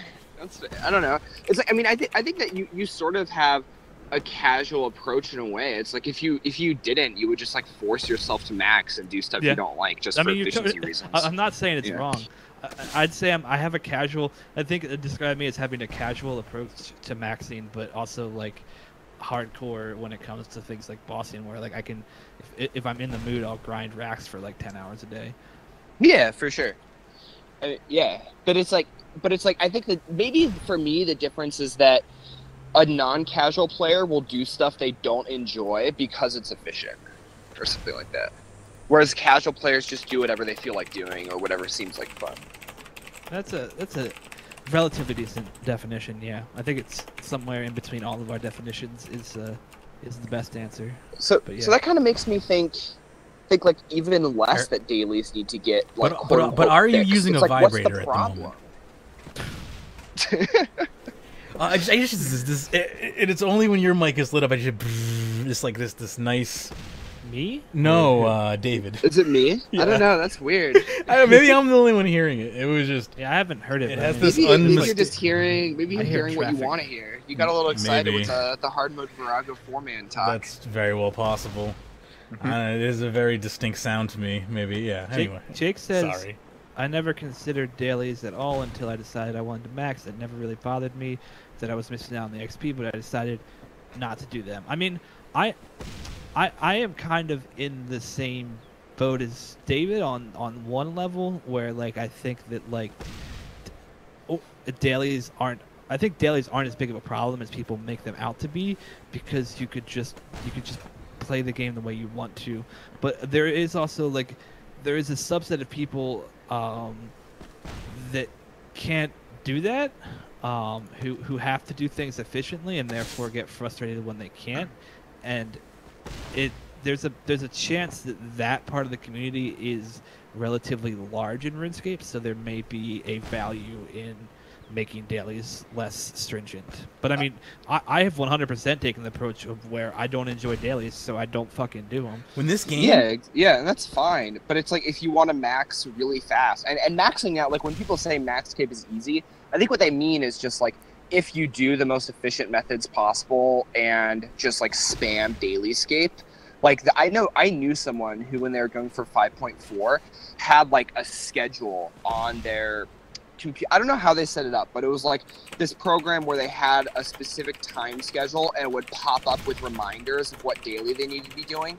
And they had their entire day of playtime planned out precisely of what exactly they were going to do, so that they never wasted a minute of playtime. They just like constantly were doing the next task that would be the most efficient. I mean, my argument there would be still, even if it still takes probably 500 hours to max, if not 1,000, an account. Even if you just count the time to do dailies, I don't know. It's still a lot of time. So I don't know. To me, the argument that RuneScape is easy is like, it's such a silly argument, because if you compare RuneScape to literally any other video game, nothing about it is easy or quick.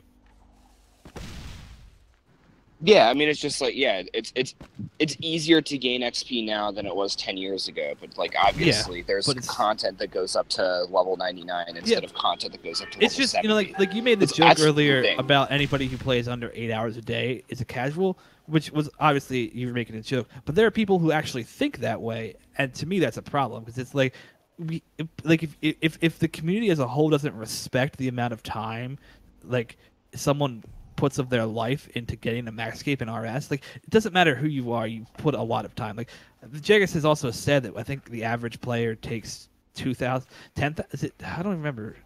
It was thousands of hours to max. So like we know the average player spends thousands of hours maxing. Like that is no trivial amount of time when it comes to someone's life. Even if you think for sure. Even if you think it's easy, like so that's why I have a problem with like the whole like easy to max mentality. Is I think it's a bit it's kind of puts down the achievement / the amount of time that someone actually puts into that. And same thing with comp. Comp is like, if you do comp at max efficiency, it's not too bad, but it's like it's kind of hard to maintain that level of focus for tasks that, like, let's be honest, like almost a large percentage of the big hour tasks on that cape are the ones that, you know, are the most annoying and frustrating and poorly designed of the game's mechanics. And just to get us caught up on chat here, Zenel's saying he has no idea how anyone could boss for more than an hour at a time in response to my 10 hours a day at Rax. I don't know. It's just I think everybody's just different there. I think it's where that comes from. I did when I was doing a lot of Trio Virago for my VIT. I was doing it was by Aura, so I did 2 extended runics, 2 extended dark magics, and 2 extended maniacals a day. So that was 9 hours of Virago bomb tanking every single day, or 10 hours of Virago bomb tanking every single day, and then I would do more if I had time. And then Jake says, I came back in February after 7 years, unlocked Invention, got into PVM because I found it fun. Primary reason for wanting to max is the boss portal. Yeah, which I think is a big problem, but we've talked about that before. But yeah, also just get 92 agility. 92 agility makes Rax. It makes you miss. It makes you want the boss portal less. I'll say that. Still want it, but it at least makes it somewhat better. Rocky says, haven't played RuneScape in a long time. Well, you should load it up because it's super fun. It's pretty good. I haven't played RuneScape in a long time, though. He was just playing RuneScape. That's true. I will I'll play again once I get my laptop fixed, probably. I want to go for really high enraged telos. Not sure how high. Maybe like around 2,500. Yeah, and then Jake's kind of talking about how lots of content hasn't been released this year, but if you haven't caught up on the base content, it's a blast, which I totally agree with. I mean, even if like there's no new update that could come out that would make me want to play the game, because I don't know, like if an update came out that brought Mage back to the game, it would probably not be an update I could do, because we're at different levels of the game. Like, that's the funny thing. Like, I mean, I have how many hours in this game, but like an update that would make Mage want to play would not make me want to play. See, it could be new solo boss. I'm getting hyped. But that would make Mage want to play. Oh yeah, that's true. I'm getting hyped though. Like I'm self-hyping myself up to kind of get back and get back to finishing my goals. It's like, you know, I've had a few months off. There hasn't been much going on. I kind of strategically took a hiatus there, and you know, the next expansion's going to be kicking in soon. Hopefully, if they really have any remnants to, you know, to toss our way, and if not, well, I don't know what's going to happen then. But we got a lot going on in September. We got Double XP Weekend. We got Rune Fest, and hopefully we'll be hearing some news about some new content for the fall, you know, at Rune Fest and whatnot. So I'm starting to kind of be like, all right, let me start working on my my next 120 again, which would be fire making. But, or you could hang out with me and switch to Magebit the PVMer. Elite asking, Mage, have you done tell-offs? Speaking of, no, I have not. There's plenty of PVM content. You're right, I could make another change where it's like, hey, you're not interested in what's going on right now, but there's tons of content that you haven't tapped into because you suck at combat, Magebit, so why don't you work on that? I mean, honestly, I think if you put enough time in, you have to get over the hurdle of being pissed off the tick system and get to a point where you understand the tick system. I need to come from a place of forgiveness rather than anger. Well, once you've gotten over your hatred of the tick system, you get to weaponize it as the most incredible advantage ever. It's like floor ticking, you know, like sneaking in auto attacks with your rotations, using shield abilities. I need to stop thinking of the tick as a handicap and start thinking of it as I've tapped into the matrix. You're right. I mean, it's something that no other game really that I've ever played. It's not a bug, it's a feature. If I've ever heard that one before. Yeah, it's not a... I mean, the game. Look, skillers have been using the tick system to increase their efficiency for a decade. I do not want to hear this like coming after PVMers for finally figuring out a way to use the tick system to their advantage. What are you talking about? The only tick abuse that I take advantage of is currently a PVM abuse. But you've also never been a max efficiency. It's very true. Skiller, and I think that's what David thought. Like fair comparing max efficiency skillers back in the day. I mean, especially like you look at stuff like auto hockey and shit like that. Yeah, auto hockey's illegal, first of all, but finally it is now. But it took like 15 years. It did take like 15 years, but we did it. I mean, Alkin got 5.4 on 2 accounts pretty much before it got taken out. Yeah, that is pretty sad, but nonetheless, I am happy that type of stuff isn't allowed, because it's not like, that's the thing, is like I never wanted to ruin, like I already have arthritis. Like I don't need to cause any more damage to my joints by having those stiff rigid motions done constantly. Like no thank you, that's not for me.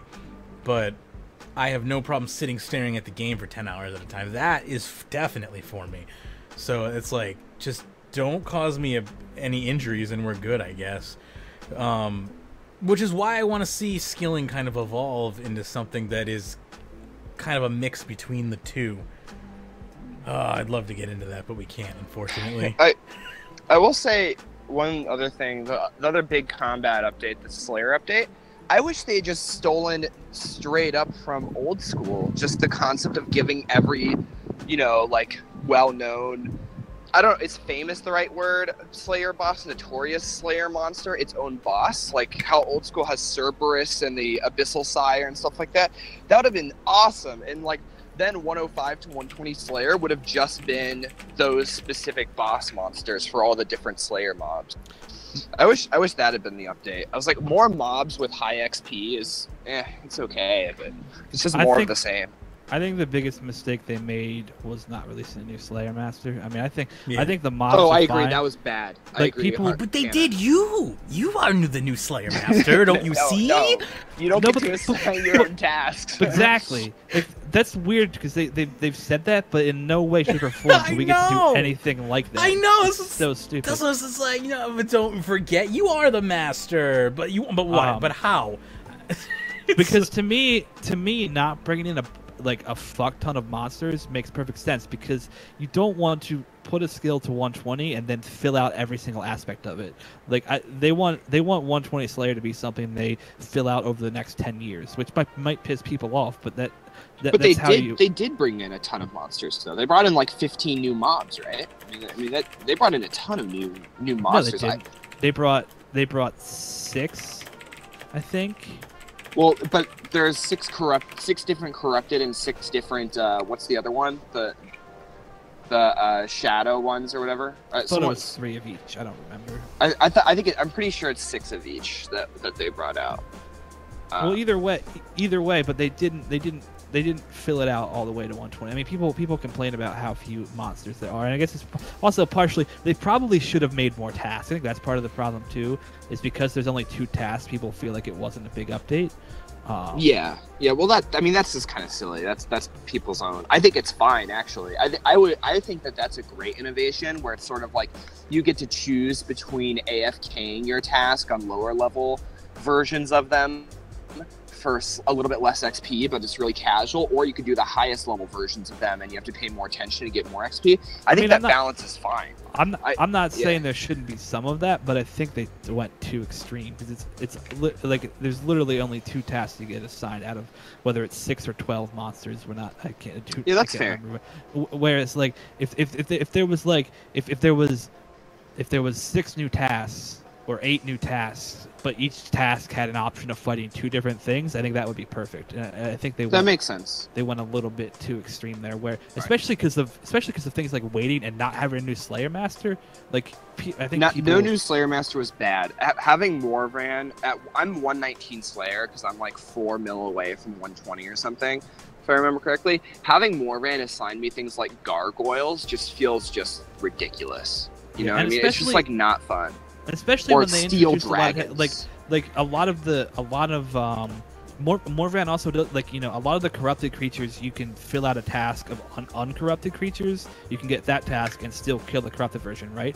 But Morvan doesn't assign any of those uncorrupted tasks, therefore you never see them. Where if they had made a new Slayer Master, you would actually, you know, maybe they would have added scorpions or cow fights to it, and then you could get that. I think those are 2 of the corrupted monsters. Yes, you're correct. Yes. So if they had made a new Slayer Master, given him scorpions and cow fights, then and the corrupted task as well, that would have added some more diversity to the tasks. And it also could have been a really sick quest or rep reward. If they want to make this rep system actually feel rewarding, like at a certain rep you get to unlock the new Menaphos Slayer Master. Good point. Like that would have just fit in, like slide home like a bullet, you know. Yeah, I actually agree with that. The Slayer Master should be highest rep reward in Menaphos. That actually makes perfect sense. Assuming that rep systems are good. I don't really care about that debate anymore. I more care about like the rewards for it. Well, exactly. And I think people would have hated the rep system a lot less if it gave good rewards like that. 100% agree. My issue with the rep system was never like I was the opposite. People were like, I think the rep system was good. I think the rewards were shit. Like very much so. Like the rewards were cosmetics in a game where we have a treasure hunter cosmetic event every month. Cosmetics are not a rep reward that's worth it. It was also straight up copy paste of a Fallen Nihil event. It's like all it was. It was instead of getting they've tokens, been you copying got and rep. pasting that for about a year now because people like it. I think. I know, but like. But people said they liked it. Probably get sick of it at this point. Maybe. I don't think they liked it that much. It's just like, Mom, I really like spaghetti. Okay, you're having spaghetti every day for the rest of your life. I don't really agree that it was a copy and paste of the Fallen Nihil system. I think the problem is that the Fallen Nihil system is very much a rep-based system, so therefore they feel similar. But I don't agree that they were copy and pastes of each other. I'm just saying it still feels that way, whether it's true or not. That's just how it feels. It's like you get these tokens /rep. And you get to unlock a different tier of cosmetic override for each step. It's like, it even looked the same. Like the interface of when you look at the rep and if you look at those treasure hunter promo reps, it's like they look identical except with different pictures and colors. It's like if someone told me, oh yeah, this is a new treasure hunter event, I'd be like, oh yeah, makes sense, cool. I'll not do that. Or I will do that, however I feel. Yeah, I mean, I can see it. I just think it's a little bit unfair. But I mean, I think like I said, and like you said, I think the frustration really actually just comes from the rewards being shit. I mean, the UI layout. I mean, it's only noticeable because people only think about that because the rewards were shit. If the rewards had been good, I think that was the big problem with Menaphos is the rewards were bad. Mm-hmm. The quests were bad from what I've heard. I haven't done them, so really bad, I really like bad. Them, yeah, really sounds bad. Like they were bad. the same level of sophistication as a quest you'd expect to do in Lumbridge or Draenor. RuneScape is technically still playable in the web browser, but you don't want to play it that way. Yeah. There's a client. Wait, is that it makes really? way better. I didn't know that. Yeah. I didn't even know you could do that. Is it just Firefox or something? Because I know it doesn't work on Chrome. Yeah. I mean, you can add Java back to Chrome and make it work if you want to. You can, yeah. There are but- plugins to add NPAPI support and stuff Yeah. like back into your Just- browser. It's like if you want to Exactly. be it's horribly insecure. You two are so smart with computer stuff. I would never know how to add a Java backend. That seems Yeah, complicated. but so if You don't want if it. you have a browser that has Java in it, which in 2017 is a terrible idea, then yes, you can play the game in the browser. And also, it's weird they haven't talked about it in a long time, but I imagine browser support for the NXT client is still coming. Yeah, they're supposedly working on a browser version of that. I don't know if we're ever gonna. I shouldn't say ever, but I don't know if we're gonna see that anytime soon. Is the technology maturing? hope so. I don't know. I don't follow Yeah. web standards enough. Me to either. have That's any my fucking problem. idea. I've been following like the Unity player, but I haven't been following like WebGL or whatever. I don't even know if they're using WebGL anymore. I think they switched to something else. But yeah. Mage, is there a way that Jagex could tweak the way Slayer works for you to, or people with your playstyle to be interested in it, or is it kind of just like DOA for you? How would Slayer be? I'm trying to think how you could make the only way you could make Slayer enjoyable for me, I guess, would be to add like a breeding system to it. And then again, is it even Play Slayer? your own farm. Is it even Slayer? Yes, you've seen past my okay. ruse. Okay, Damn. okay. Literally, what I'm thinking here is player-owned farm where you do your tasks by just like slaughtering all the newborns, which sounds really metal and really screwed up. So I don't know if that's where you're going with this. But I would love to that's see what like. I'm thinking. I think it'd be really cool to have like an endless horde wave of just weak minions that like. There's a specific video game genre that has a copyright on that. Or like mass murdering like little minions. Zelda made a spin-off of that. I can't remember. Dynasty Warrior. Thank you, Brain. Like Dynasty Warrior style combat. I would love to see that like in RuneScape where you just have mobs, like insane amounts of mobs coming at you, but they're pathetically weak, and you just use AoEs to blow them away. Like that would be probably kind of fun, but that wouldn't work for me. That'd be too chaotic. You know what? Ask me that question again on the next show, and I will try to prepare an answer. I'm gonna think about that while I'm out at dinner tonight, because I don't know. I don't know, but that's a good question because I don't know. It's like, when I think Slayer, I immediately think Pokemon. Like you'd have to add like Pokemon elements to it. That's where I went with the pet breeding system, like that. But that doesn't really work with Slayer in a sense, I guess. But that's what I was thinking. Like, add a pet battler just, to like, it. Figured out a way to you could train up a pet and just have the pet go like do the Slayer task for you. That would be great. Anytime I can just Well, you're on the arc. I mean, I think the only way Mage is gonna like Slayer is if he grows to like the combat system. Yeah, that's probably what needs to happen. Is I'm still really behind in the combat system. It's really tough for me to get over it, but I will definitely try. I was wondering about the browser version to check if my account is still active or if I still remember the password. You can do that simply by logging into the website itself and going to the account section. You'll be able to check to make sure you're not banned and all that fun stuff before you download the game, because the game is 9 gigabytes, whether you're